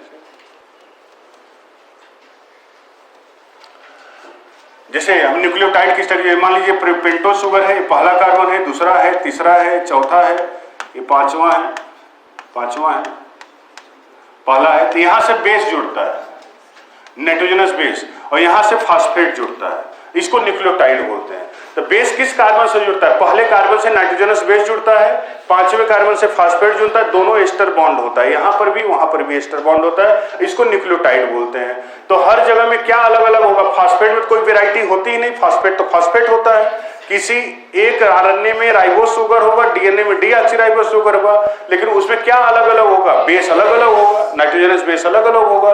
नाइट्रोजनस बेस जो होते हैं वो 2 होते हैं, प्यूरीन बेस और पिरिमिडीन बेस। प्यूरीन बेस जो होता है वो 2 रिंग का बना होता है, एक 6 कॉर्नर रिंग या 5 कॉर्नर रिंग। प्यूरीन में 2 एग्जाम्पल हैं, कौन कौन? एडेनिन और गुआनिन। और वैसे ही पिरिमिडीन जो होता है उसमें एक 6 कॉर्नर रिंग का बना होता है पिरिमिडीन, उसमें 3 होते हैं, थाइमिन, साइटोसिन और यूरेसिल होता है। हमने ये भी उस समय बताया था जब पढ़ाए होंगे क्लास में, तो उसमें हमने ये भी बताए थे कि ये 5 जो नाइट्रोजनस बेस हैं बच्चों, या तो ये अमीनो फॉर्म में होते हैं या तो कीटोन फॉर्म में होते हैं। तो हमेशा याद रखिएगा जब भी पेयरिंग होती है प्यूरीन की पिरिमिडीन के साथ पेयरिंग होती है, और जब भी पेयरिंग होती है तो अमीनो का कीटो के साथ पेयरिंग होती है। तो याद करने के लिए मैं बताया था बच्चों कि अगर adenine, guanine, thymine, cytosine, uracil 5 है तो इसमें से एडिनिन और गुआनिन क्या है? प्यूरिन है। थाइमिन, साइटोसिन, यूरेसिल क्या है? पिरिमिडिन है। ए से एडिनिन को, ए से एडिनिन, ए से अमीनो फॉर्म याद कर लो। तो अमीनो के साथ कौन बॉन्ड बनाता है? थाइमिन में बनाता है यूरेसिल। इसका मतलब दोनों क्या होंगे? कीटो होंगे। और ये ए से एडेनिन, ए से अमीनो, तो गुआनिन क्या होगा? कीटो। अगर ये कीटो है तो इसका साथ बॉन्ड किसका होता है? साइटोसिन का। तो क्या होगा? अमीनो। तो इसे याद कर लो, क्या रटोगे फालतू का। ए से अमीनो, ए से एडेनिन याद कर लो। एडेनिन अमीनो फॉर्म में होता है, गुआनिन कीटो में। अब देख लो, एडेनिन की पेयरिंग डीएनए है तो थाइमिन के साथ होता है, आरएनए है तो यूरेसिल के साथ होता है। बात समझ आ रही है? तो ये बातचीत हुई। इसके बाद एक पेयर आप एक कॉलम में आपको बता दें, जैसे राइबोज शुगर है, नाइट्रोजनस बेस एडेनिन है, तो क्या बन जाएगा? एडिनोसिन। इसमें फास्फेट जोड़ दो, फास्फेट जोड़ दिए तो एडिनोसिन मोनोफास्फेट बन जाएगा। 2 फास्फेट होगा एडिनोसिन डाइफास्फेट, 3 फास्फेट होगा तो एडिनोसिन ट्राइफास्फेट। डीऑक्सीराइबोज शुगर होगा तो कुछ और नहीं होगा, बस इसके आगे डी लग जाएगा, बस और कुछ नहीं होता। यहां देखिए राइबोज में गुआनिन है, गलत लिखा है। गुआनिन होगा तो क्या बन जाएगा? गुआनोसिन। गुआनोसिन क्या है? न्यूक्लियोसाइड। और गुआनोसिन मोनोफास्फेट क्या है? न्यूक्लियोटाइड। ऐसे है राइबोज के साथ क्या जुड़ गया? थाइमिन। तो क्या बन गया? थाइमिडीन बना, थाइमिडीन। और जब इसमें न्यूक्लियोटाइड जुड़ जाता है तो सॉरी फास्फेट इससे जुड़ जाता है, थाइमिडीन से फास्फेट जुड़ जाता है तो थाइमिडिलिक एसिड बनता है। यहां गड़बड़ाता है, वहां तो फास्फेट दिखता है, यहाँ एसिड ओसिड दिख रहा है। तो थाइमिडीन, यूरिडीन, साइटिडीन, ये तीनों क्या है? न्यूक्लियोसाइड है। और जिस सब में एसिड लगा है, थाइमिडिलिक एसिड, यूरिडिलिक एसिड, साइटिडिलिक एसिड, ये सब क्या है? न्यूक्लियोटाइड। अच्छा, ये जो जितने नाइट्रोजनस बेस हैं, यही जो अभी मैंने बताया कि प्यूरिन बेस जो होता है 2 रिंग का बना होता है, एक 6 corner ring, 5 corner ring. Pyrimidine में एक 6 कॉर्नर रिंग होता है। बॉन्ड जो होता है वो किसके किसके बीच? एडेनिन और थाइमिन के बीच में 2 बॉन्ड होता है। गुआनिन और साइटोसिन में कितने बॉन्ड होते हैं? 3 बॉन्ड होता है। न्यूक्लिक एसिड जो होता है वो डीएनए और आरएनए, चारगाफ रूल न्यूक्लिक एसिड में ही है। चारगाफ जो साइंटिस्ट थे इन्होंने बताया था किसी भी डबल स्टैंडर्ड डीएनए में जितना अमाउंट प्यूरिन का होता है उतना ही अमाउंट पिरिमिडिन का होता है। अगर एडेनिन 10% है तो पक्का है, तो उसमें थाइमिन भी कितना परसेंट होगा? 10%। तो amount of adenine, amount of purine लिखो, ज्यादा सही रहेगा। Amount of purine equal to amount of pyrimidine, दोनों बराबर होगा। या A प्लस G का जितना अमाउंट होगा उतना ही कितना अमाउंट का? T प्लस C का। या A plus G upon T plus C क्या होगा? कांस्टेंट। और किसके लिए लागू होता है? प्रोकैरियोट में कि यूकैरियोट में? सही बोल रही हो। डबल स्टैंडर्ड डीएनए में, चाहे वो प्रोकैरियोट का हो चाहे यूकैरियोट का। बैक्टीरिया में भी यही नियम लगेगा चारगाफ का, और आदमी में भी यही नियम लगेगा चारगाफ का। बस एक ही शर्त है कि डबल स्टैंडर्ड डीएनए होना चाहिए। डीएनए की स्ट्रक्चर की बात करें, डीएनए का जो एक्सरे मॉडल था, एक्सरे मॉडल इसको विल्किंस एंड फ्रैंकलिन ने दिया था, लेकिन डीएनए का double helix model Watson and Crick ने दिया था। लेकिन तुम बचपन से ही पढ़ते आ रहे हो कि वाटसन एंड क्रिक ने डीएनए मॉडल को दिया था, जबकि उनके पहले वो कौन दिया था? Wilkins and Franklin. डीएनए के मॉडल को देने के लिए नोबेल प्राइज 3 लोगों को मिला था। WWC, विल्किंस, वाटसन और क्रिक को मिला था, 3 लोगों को मिला था। डीएनए जो होता है ना बच्चों, कई तरह के होते हैं। जो डीएनए तुम पढ़ते हो बी डीएनए है। तो ए डीएनए एक होता है, एक बी डीएनए होता है, सी डीएनए होता है, डी डीएनए होता है। नहीं है इसमें। ए डीएनए, बी डीएनए, सी डीएनए और डी डीएनए होता है। तो ए डीएनए जो होता है, ए डीएनए इसमें एक है, जैसे डीएनए का एक हेलिक्स होता है, ये हेलिक्स है। यहां से यहां तक की जो लंबाई होती है वह, ये देखो, ये नाइट्रोजनस बेस पेयर होते हैं, हाइड्रोजन बॉन्ड दिखता है, इसकी लंबाई 34 एंगस्ट्रॉम होता है। इसमें बेस पेयर कितने होते हैं? 10 बेस पेयर होते हैं। लेकिन ये जिस डीएनए की तुम स्ट्रक्चर पढ़ते हो, कौन सा डीएनए है? B DNA. तो ए डीएनए में एक हेलिक्स में 11 बेस पेयर होते हैं, बी डीएनए में एक हेलिक्स में 10 बेस पेयर होते हैं, सी डीएनए में एक हेलिक्स में 9 बेस पेयर होते हैं, डी डीएनए एक हेलिक्स में 8 बेस पेयर होते हैं, और एक जेड डीएनए होता है उसमें एक हेलिक्स में 12 बेस पेयर होते हैं, 7 नहीं होता। कितने बेस पेयर होते हैं? 12 बेस पेयर होता है। तो ए बी सी डी में सबसे स्टेबल डीएनए यही है, सबसे प्रोमिनेंट डीएनए यही है, ज्यादातर जगह यही पाया जाता है, इसी का स्ट्रक्चर हम लोग पढ़ते भी हैं। तो यहाँ A B C D 4 DNA जो होते हैं बच्चों, इसको राइट हैंडेड डीएनए बोलते हैं, और जेड डीएनए को लेफ्ट हैंडेड डीएनए बोलते हैं। समझ में आया? बोलो। इसमें तरह तरह क्वेश्चन आता है, ऐसे कहते हैं कि कोई डीएनए है, उसकी लंबाई जो है वो 340 एंगस्ट्रॉन है, बताइए उसमें कितने बेस पेयर होंगे। तो अरे भैया एक हेलिक्स की लंबाई 34 एंगस्ट्रॉन है, 34 एंगस्ट्रॉन है, तो 340 एंगस्ट्रॉन, तो 340 में 35 4 से डिवाइड कर दो, नंबर ऑफ हेलिक्स आ जाएगा, 10 हेलिक्स आएगा। एक हेलिक्स में 10 बेस पेयर होते हैं, 10 हेलिक्स में मल्टीप्लाई कर लोगे ना, बोल रहे हैं 10 में 10 का मल्टीप्लाई करो, कितना होगा? कर ले रहे हो, घर से करके लाओगे, कर लोगे तो 100 होगा ना। तो इसी तरह का क्वेश्चन आता है, या तो मान लीजिए क्वेश्चन पूछ देता है कि कितने बेस पेयर, ना पूछ कर पूछेगा कितने बेस होंगे, तो तुम बेस पेयर निकाल लो, दुगुना कर देना, बेस आ जाएगा। पेयर तो पेयर होता है। आरएनए की अगर बात करें तो आरएनए दो तरह के होते हैं, जेनेटिक आरएनए और नॉन जेनेटिक आरएनए। अगर मान लीजिए किसी आरएनए, किसी ऑर्गेनिज्म में डीएनए है ही नहीं है, तो वहां आरएनए ही जेनेटिक मटेरियल तरह काम करेगा। और किसी जगह डीएनए है और किसी जगह डीएनए और आरएनए दोनों है, तो वहां पर डीएनए जेनेटिक मटेरियल तरह करेंगे, आरएनए नॉन जेनेटिक आरएनए हो जाएगा। नॉन जेनेटिक आरएनए 3 तरह का, ribosomal RNA, messenger RNA, transfer RNA. इन तीनों में सबसे ज्यादा कौन पाया जाता है? Ribosomal RNA. सबसे कम कौन होता है? Messenger RNA. सबसे छोटा कौन होता है? Transfer RNA. स्मॉलेस्ट आरएनए किसको बोलते हैं? Transfer RNA. सॉल्युबल आरएनए किसको बोलते हैं? Transfer RNA. सबसे कम जीवन अवधि किसकी होती है? लाइफ स्पान सबसे कम किसका होता है? मैसेंजर आरएनए का। और सबसे ज्यादा कौन पाया जाता है? Ribosomal RNA. 70 to 80% ज्यादा होता है वो। एंजाइम की बात करते हैं। एंजाइम जो होता है, एंजाइम टर्म जो होता है उसको बायोकैटलिस्ट कहा जाता है। एंजाइम टर्म को होने साहब ने दिया था। एंजाइम को सबसे पहले क्रिस्टलाइज किए थे बुकनर ने। सोमनर ने उसके प्रोटीन नेचर को बताया था। नॉर्थरॉप उसके प्रोटीन नेचर को कंफर्म किए थे एक्सपेरिमेंटली। एंजाइम जो होता है वो 4 तरह का शुरुआत में डिवाइड किया गया था। Exo enzyme, endo enzyme, hydrolysing, desmolysing. Exo enzyme enzyme which catalyse reaction outside the cell. Cell के बाहर अगर रिएक्शन को कैटलाइज करता है तो उसको एक्सो एंजाइम बोलेंगे। सेल के अंदर रिएक्शन को कैटलाइज करता है तो इंडो एंजाइम बोलते हैं। और अगर पानी के प्रेजेंस में एंजाइम कैटलाइज करता है रिएक्शन को तो उसको हाइड्रोलाइजिंग एंजाइम बोलते हैं। और पानी के बगैर करता है तो डेस्मोलाइजिंग। हालांकि बच्चों ज्यादातर एंजाइम इंडो एंजाइम होते हैं और ज्यादातर एंजाइम हाइड्रोलाइजिंग एंजाइम होते हैं। पानी के बगैर बहुत गिने चुने एंजाइम काम करते हैं। एक होता है जाइमोजेन। कहते हैं अगर कोई एंजाइम का जो इनएक्टिव फॉर्म होता है, प्रिकर्सर ऑफ एंजाइम, उसको जाइमोजेन बोलते हैं। जैसे पेप्सिनोजेन या प्रोरेनिन, इनको हम क्या नाम देते हैं? जाइमोजेन। समझ में आया? अब बात आती है सब प्रोटीन ऐसा क्या जादू कर देता है कि एंजाइम बहुत तेजी से रिएक्शन होने लगता है। याद रखना बच्चों, कई बार मैं बता भी चुका हूं, पढ़ाते उस समय भी बताए थे कि एंजाइम कभी भी किसी रिएक्शन की शुरुआत नहीं करता, न तो एंजाइम कभी भी किसी रिएक्शन की शुरुआत करता न अंत करता है। एंजाइम सिर्फ रिएक्शन के रेट को प्रभावित करता है। अगर कोई कहता है कि फला एंजाइम है वो आ गया तो इसलिए रिएक्शन होने लगा, तो गलत बात है। रिएक्शन तो पहले भी होता था, लेकिन एंजाइम आ गया तो रिएक्शन का रेट बढ़ गया। तो एंजाइम जो होता है बच्चों, वह रिक्वायरमेंट ऑफ एक्टिवेशन एनर्जी को कम कर देता है। कैसे कम कर देता है? क्योंकि आपको पता है एंजाइम में एक्टिव साइट होता है, एक्टिव साइट से सबस्ट्रेट जुड़ता है। जब एक्टिव साइट से सबस्ट्रेट जुड़ता है तो बॉन्ड एनर्जी रिलीज होती है हीट के रूप में, और जो बॉन्ड एनर्जी हीट के रूप में रिलीज होती है वह रिक्वायरमेंट ऑफ एक्टिवेशन एनर्जी को क्या कर देती है? कम, जिससे रिएक्शन तेजी से पूरा हो जाता है।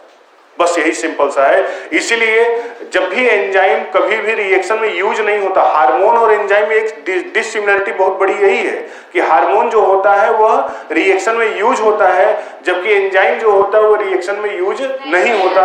एक कैटलिस्ट जो होता है वो रिएक्शन में खर्च थोड़ी होता है, तभी तो थोड़ा सा कैटलिस्ट कई रिएक्शन को करवा लेता है। तो एंजाइम सबस्ट्रेट को लेता है, प्रोडक्ट में चेंज करता है, फिर फ्री हो जाता है। हर एंजाइम का एक टर्नओवर नंबर होता है। कहते हैं कोई भी एंजाइम 1 मिनट में जितने सबस्ट्रेट को प्रोडक्ट में चेंज कर देता है वही उसका टर्नओवर नंबर कहलाता है। सबसे ज्यादा टर्नओवर नंबर होता है कार्बोनिक एनहाइड्रेट एंजाइम का, जिसको हम नाम देते हैं उसका 36 मिलियन। कितना? 36 मिलियन उसका क्या होता है? Turnover number. तो टर्नओवर नंबर क्या होता है? Number of substrate molecule converted into product पर मिनट। 1 मिनट में कितने सबस्ट्रेट को प्रोडक्ट में चेंज कर देते हैं वही उस एंजाइम का टर्नओवर नंबर कहलाता है। सबसे fastest enzyme carbonic anhydride enzyme को बोलते हैं, जो आपके ब्लड में पाया जाता है, जो कार्बन डाइऑक्साइड के ट्रांसपोर्टेशन में यूज होता है। समझ में आई इतनी बात? अब एंजाइम की अगर हम बात करें तो एंजाइम का मैकेनिज्म कैसे होता है, तो इसकी मैकेनिज्म के लिए 2 लोग मॉडल दिए थे। एक थे कॉसलैंड, एक थे एमिल फिशर। कॉसलैंड जो साहब थे वो कहे कि देख भाई, जो एंजाइम का एक्टिव साइट होता है वो पहले से बना नहीं रहता, वो बाद में बनता है। जब जैसा सबस्ट्रेट आता है उसी से बन जाता है। तो उसको बोलते थे इंड्यूस फिट मॉडल। क्या बोलते थे? Induce fit model. Induce fit model किसने दिया था? कॉसलैंड ने। कॉसलैंड के हिसाब से सबस्ट्रेट जैसा रहता है, एंजाइम का जो एक्टिव साइट होता है उसी तरह से बन जाता है। लेकिन ये गलत था, ऐसा नहीं होता, क्योंकि अगर ऐसा होता तो कोई भी एंजाइम किसी भी सबस्ट्रेट के लिए काम करता। बाद में एमिल फिशर साहब आए, उन्होंने लॉक की हाइपोथेसिस दिया।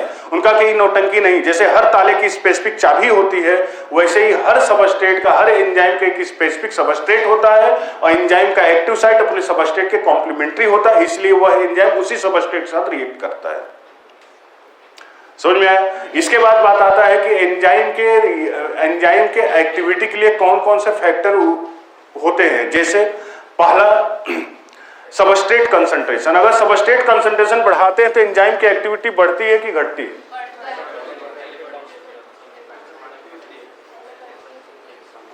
ये सबस्ट्रेट कंसंट्रेशन अगर इंक्रीज करते हैं तो एंजाइम की वेलोसिटी पहले बढ़ती है, फिर क्या हो जाती है? कब तक बढ़ेगी? जब तक उसके जितने एक्टिव साइट है सब सेचुरेट ना हो जाए। अगर सेचुरेट हो जाएंगे तो उसके बाद तुम सबस्ट्रेट ऐड करोगे तो नहीं बढ़ेगा। तो इसलिए ग्राफ जब हम खींचते हैं इनके बीच में तो आप देखते हो कि तेजी से बढ़ता है, फिर क्या हो जाता है? कांस्टेंट हो जाता है। ये जहां बढ़ के होता है इसको Vmax बोलते हैं, और ये क्या है? सबस्ट्रेट कंसंट्रेशन होता है, सबस्ट्रेट कंसंट्रेशन है। तो ये मैक्सिमम वेलोसिटी है, जीरो वेलोसिटी, तो इसके बीच में कहीं हाफ Vmax होगा। तो इसी पर परपेंडिकुलर डालो, सबस्ट्रेट कंसंट्रेशन कोई ना कोई होगा। तो कहते हैं कि सबस्ट्रेट का वह कंसंट्रेशन जिस कंसंट्रेशन पर एंजाइम अपने मैक्सिमम वेलोसिटी का आधा अटेन कर लेता है, उसी को हम क्या नाम देते हैं? Km वैल्यू बोलते हैं। किसी एंजाइम का Km वैल्यू अगर ज्यादा है तो इसका मतलब वह एंजाइम उतना खराब है, जिसका Km वैल्यू जितना कम होता है वह एंजाइम उतना अच्छा माना जाता है। तो सबस्ट्रेट कंसंट्रेशन बढ़ाते हैं तो एंजाइम की एक्टिविटी पहले बढ़ती है, फिर क्या हो जाती है? कांस्टेंट हो जाती है। अगला इफेक्ट है इफेक्ट ऑफ टेम्परेचर। टेम्परेचर जब हम मिनिमम से बढ़ाते हैं तो ऑप्टिमम तक एंजाइम की एक्टिविटी बढ़ती है, फिर ऑप्टिमम के बाद भी अगर हम टेम्परेचर को बढ़ाते हैं तो एंजाइम की एक्टिविटी क्या होती है? घटती है। हालांकि ऑप्टिमम टेम्परेचर प्लांट के लिए ज्यादा होता है, एनिमल के लिए कम होता है। Effect of product concentration. अगर प्रोडक्ट कंसंट्रेशन मीडियम में ज्यादा हो जाता है तो एंजाइम की एक्टिविटी क्या हो जाती है? घट जाती है। Effect of pH. पीएच का एक यूनिफॉर्म तरह का इफेक्ट हम नहीं देख सकते। क्यों? क्योंकि पीएच हर एंजाइम का अपना अलग अलग होता है, इसलिए आप जनरल ग्राफ नहीं खींच सकते। हर एंजाइम अपने अपने पीएच पर काम करता है, इसलिए इसके लिए एक जनरल ग्राफ नहीं खींच सकते। वाटर हाइड्रोलिसिस जो होता है वह एंजाइम की एक्टिविटी को क्या करता है? बढ़ाता है। अगर पानी ऐड करते हो तो एंजाइम की एक्टिविटी बढ़ती है। इसके बाद आता है nomenclature and classification of enzyme. Enzyme को पहले शुरुआत में एंजाइम का जो नाम लिया जाता था ना, वो कहां से खोजा गया उसके आधार पर लिया जाता था ना। जैसे पपेन एंजाइम था, पपाया से निकाला गया था। ब्रोमोलिन एंजाइम था, ब्रोमोलेसी फैमिली से निकाला गया था। तो भैया लाखों करोड़ों एंजाइम हो जाएंगे इससे। तो इसलिए बाद में क्या किया गया कि एंजाइम को उनके काम के आधार पर उसको क्लासिफाई कर दिया गया, 6 क्लास में डिवाइड किया गया। बड़ा इंपॉर्टेंट है, एनसीईआरटी में भी। Oxidoreductase, transferase, hydrogenase, ligase, isomerase, ligase, 6 class हैं। जो एंजाइम ऑक्सीडेशन रिडक्शन करवाते हैं उनको ऑक्सीडोरिडक्टेजेज एंजाइम क्लास में रखा जाता है, पहला क्लास है। जैसे जितने क्रेब्स साइकिल के एंजाइम है सब किस में आएंगे? ऑक्सीडोरिडक्टेजेज। दूसरी बात, जो एंजाइम हाइड्रोलिसिस जो एंजाइम पानी के प्रेजेंस में स्मॉल मॉलिक्यूल को दूसरा ट्रांसफरेजेज है ना, जो एंजाइम किसी एक पर्टिकुलर सबस्ट्रेट को एक सबस्ट्रेट से दूसरे सबस्ट्रेट पर ट्रांसफर कर देते हैं उनको ट्रांसफरेजेज बोल देंगे। हाइड्रोलेजेज, जो पानी के मौजूदगी में कॉम्प्लेक्स मॉलिक्यूल सिंपल मॉलिक्यूल में ब्रेक होते हैं उनको हाइड्रोलेजेज बोलते हैं। जितने डाइजेस्टिव एंजाइम है सब हाइड्रोलेजेज है। लाइएजेज, कॉम्प्लेक्स मॉलिक्यूल सिंपल मॉलिक्यूल में ब्रेक होता है विदाउट एडिशन ऑफ वाटर, बिना पानी के जोड़े, तो उसको हम क्या नाम देते हैं? लाइएजेज। जैसे एल्डोलेज एंजाइम होता है। आइसोमेरेजेज, जो एंजाइम आइसोमेराइजेशन रिएक्शन को कराता है इसको आइसोमेरेजेज बोलते हैं। और लाइगेजेज, छोटे छोटे मॉलिक्यूल जोड़ के कॉम्प्लेक्स मॉलिक्यूल बनाता है उसको लाइगेजेज बोलते हैं। तो 6 क्लास है बच्चों, ये 6 क्लास आपको याद होने चाहिए। या तो पूछ देता है ये क्लास किस नंबर का है या चौथा क्लास का नाम क्या है, ऐसे पूछता है। इसके बाद आता है इनहिबिशन ऑफ एंजाइम। एंजाइम को इनहिबिट करने का कौन सा तरीका है? तो 2 तरह का इनहिबिशन आपको पढ़ने को मिलता है। एक आता है, ये तो बता ही दिए, कॉम्पिटिटिव इनहिबिशन और नॉन कॉम्पिटिटिव इनहिबिशन। कहते हैं कि अगर सबस्ट्रेट और इनहिबिटर के बीच में कंपटीशन होता है, किस बात को लेकर? सबस्ट्रेट और इनहिबिटर के बीच में कंपटीशन होता है किस बात को लेकर? एंजाइम के एक्टिव साइट से जुड़ने के लिए, उसको कॉम्पिटिटिव इनहिबिशन बोलते हैं। कॉम्पिटिटिव इनहिबिशन के केस में क्या वैल्यू, क्या बढ़ जाता है? Km वैल्यू बढ़ जाता है, क्या घट जाता है? V मैक्स क्या हो जाता है? घट जाता है, कांस्टेंट रहता है। V मैक्स क्या रहता है इसमें? कांस्टेंट। V मैक्स कांस्टेंट रहता है, Km वैल्यू बढ़ता है। नॉन कॉम्पिटिटिव इनहिबिशन में कहता है कि देख भाई कंपटीशन नहीं करेंगे, हम छुप के वार करेंगे, मतलब यहाँ कोई कंपटीशन नहीं, जाकर एक्टिव साइट के अलावा कहीं और जाकर जुड़ जाता है छुपके से। जब कहीं और जाकर जुड़ जाता है तब जो सबस्ट्रेट होता है वह जाकर इससे अटैच होता है, और सबस्ट्रेट अटैच तो हो तो जाता है लेकिन इस प्रोडक्ट में चेंज नहीं हो पाता है। ये नॉन कॉम्पिटिटिव इनहिबिशन का एग्जांपल है। साइनाइड की जो पॉइजनिंग होती है वो नॉन कॉम्पिटिटिव इनहिबिशन का सबसे बढ़िया एग्जांपल है। वह साइनाइड जो होता है साइटोक्रोम ऑक्सीडेज एंजाइम से जाकर जुड़ जाता है, इलेक्ट्रॉन ट्रांसफर सिस्टम को रोक देता है, जिससे कि ऑक्सीजन पास इलेक्ट्रॉन नहीं जाता और पूरा ईटीएस रुक जाता है, एटीपी नहीं बनता। ये नॉन कॉम्पिटिटिव इनहिबिशन का जितने सल्फा ड्रग होते हैं, मेलोनेट जो होता है सक्सिनेट की तरह होता है, तो ये कॉम्पिटिटिव इनहिबिशन का। अच्छा, नॉन कॉम्पिटिटिव इनहिबिशन में Km वैल्यू क्या होता है? हाँ, ये आता है भाई, Km वैल्यू कांस्टेंट रहता है, V मैक्स बहुत कम हो जाता है, घट जाता है, V मैक्स घट जाता है। इसके बाद आता है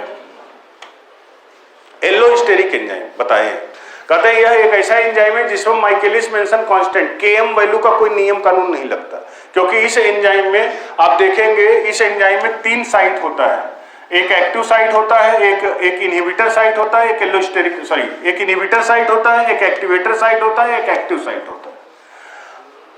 अगर इनहिबिटर साइट से इनहिबिटर अटैच हो जाएगा तो एक्टिव साइट का जो स्ट्रक्चर है वह उसके सबस्ट्रेट का कॉम्प्लीमेंट्री नहीं रह जाएगा। अगर एक्टिवेटर साइट से एक्टिवेटर जुड़ जाएगा तो उसका जो एक्टिव साइट का थोबड़ा है वो उसके सबस्ट्रेट के थोबड़े के अकॉर्डिंग हो जाएगा। तो जो भी सबस्टेंस एक्टिवेटर या इनहिबिटर की तरह काम करते हैं उनको एलोस्टेरिक मॉड्यूलेटर बोलते हैं। क्या बोलते हैं? एलोस्टेरिक मॉड्यूलेटर बोलते हैं। और एलोस्टेरिक एंजाइम जो होते हैं इसमें एक्टिव साइट के अलावा 2 साइट और होते हैं। कौन कौन? एक्टिवेटर साइट और इनहिबिटर साइट। अगर एक्टिवेटर साइट से एक्टिवेटर जुड़ जाता है तो एक्टिव साइट का जो स्ट्रक्चर होता है उसके सबस्ट्रेट के कॉम्प्लीमेंट्री हो जाता है। अगर इनहिबिटर साइट से इनहिबिटर जुड़ जाता है तो एक्टिव साइट का स्ट्रक्चर उसके सबस्ट्रेट के कॉम्प्लीमेंट्री नहीं रह पाता। और जो एक्टिवेटर या इनहिबिटर की तरह काम करते हैं उनको एलोस्टेरिक मॉड्यूलेटर कहा जाता है। इसके बाद आता है एक चीज और है इसमें, इसके बाद आता है कि एक एंजाइम होता है, कुछ एंजाइम ऐसे होते हैं जिसमें कुछ नॉन प्रोटीन पार्ट होते हैं। किसी एंजाइम में जो नॉन प्रोटीन पार्ट होता है उसको हम क्या नाम देते हैं? जो प्रोटीन वाला पार्ट होगा उसको एपो एंजाइम बोलेंगे। और जो नॉन प्रोटीन पार्ट है अगर वह फॉर्मली मतलब अगर वह टाइटली अटैच है तो उसको प्रोस्थेटिक ग्रुप बोलते हैं। अगर लूजली अटैच है तो कोफैक्टर बोलते हैं। अगर वो ऑर्गेनिक कंपाउंड है तो उसको को एंजाइम बोलते हैं। और एपो एंजाइम और को एंजाइम दोनों मिला देते हैं तो उसको हम क्या नाम देते हैं? होलो एंजाइम बोलते हैं। क्या नाम देते हैं? Holo enzyme. समझ में आया इतनी बात? बायोमॉलिक्यूल में इतनी चीजें पढ़नी थी, carbohydrate, lipid, protein, nucleic acid और एंजाइम, यही 5 चीजें आपको इस चैप्टर में पढ़ने हैं। कुछ क्वेश्चन करते हैं, तैयार हो जाओ क्वेश्चन करने के लिए। और आपको ज्यादा समय नहीं मिलेगा, 5 सेकंड में आंसर बता, ऑप्शन बोलना है आपको। किसी को बुलाओ तो नीचे से जल्दी से दौड़ के जाओ। हाँ, 1 turn of helix of B form DNA approximately कितने का होता है? 1 टन हेलिक्स कितने का होता है? 34 एंगस्ट्रॉन होता है। तो बताओ, नैनोमीटर में पूछा है, कौन सा होगा? बताओ सेकंड नंबर।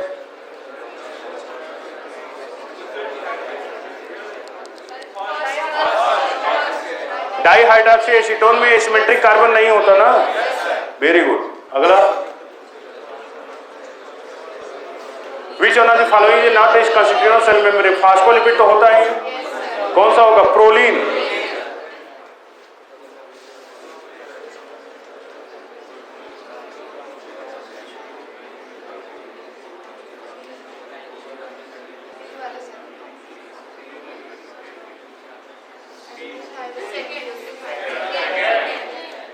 एडेनिन थाइमिन तो गलत है ना। थाइमिन क्या है? पिरिमिडीन। एडेनिन क्या है? प्यूरिन। गलत है।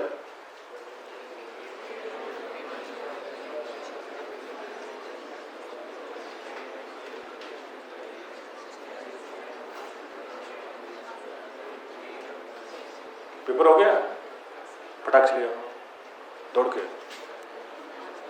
बंद कर दो, बताओ। अच्छा ज्यादा हो गया क्या? In the DNA molecule proportional adenine, हाँ सही तो है। डीएनए मालिक्यूल में क्या होगा, प्रोपोर्शनल एडिनिन जो होता है थायमिन को वेरी करता है क्या? नहीं भाई, जितना एडिनिन होगा थायमिन होगा।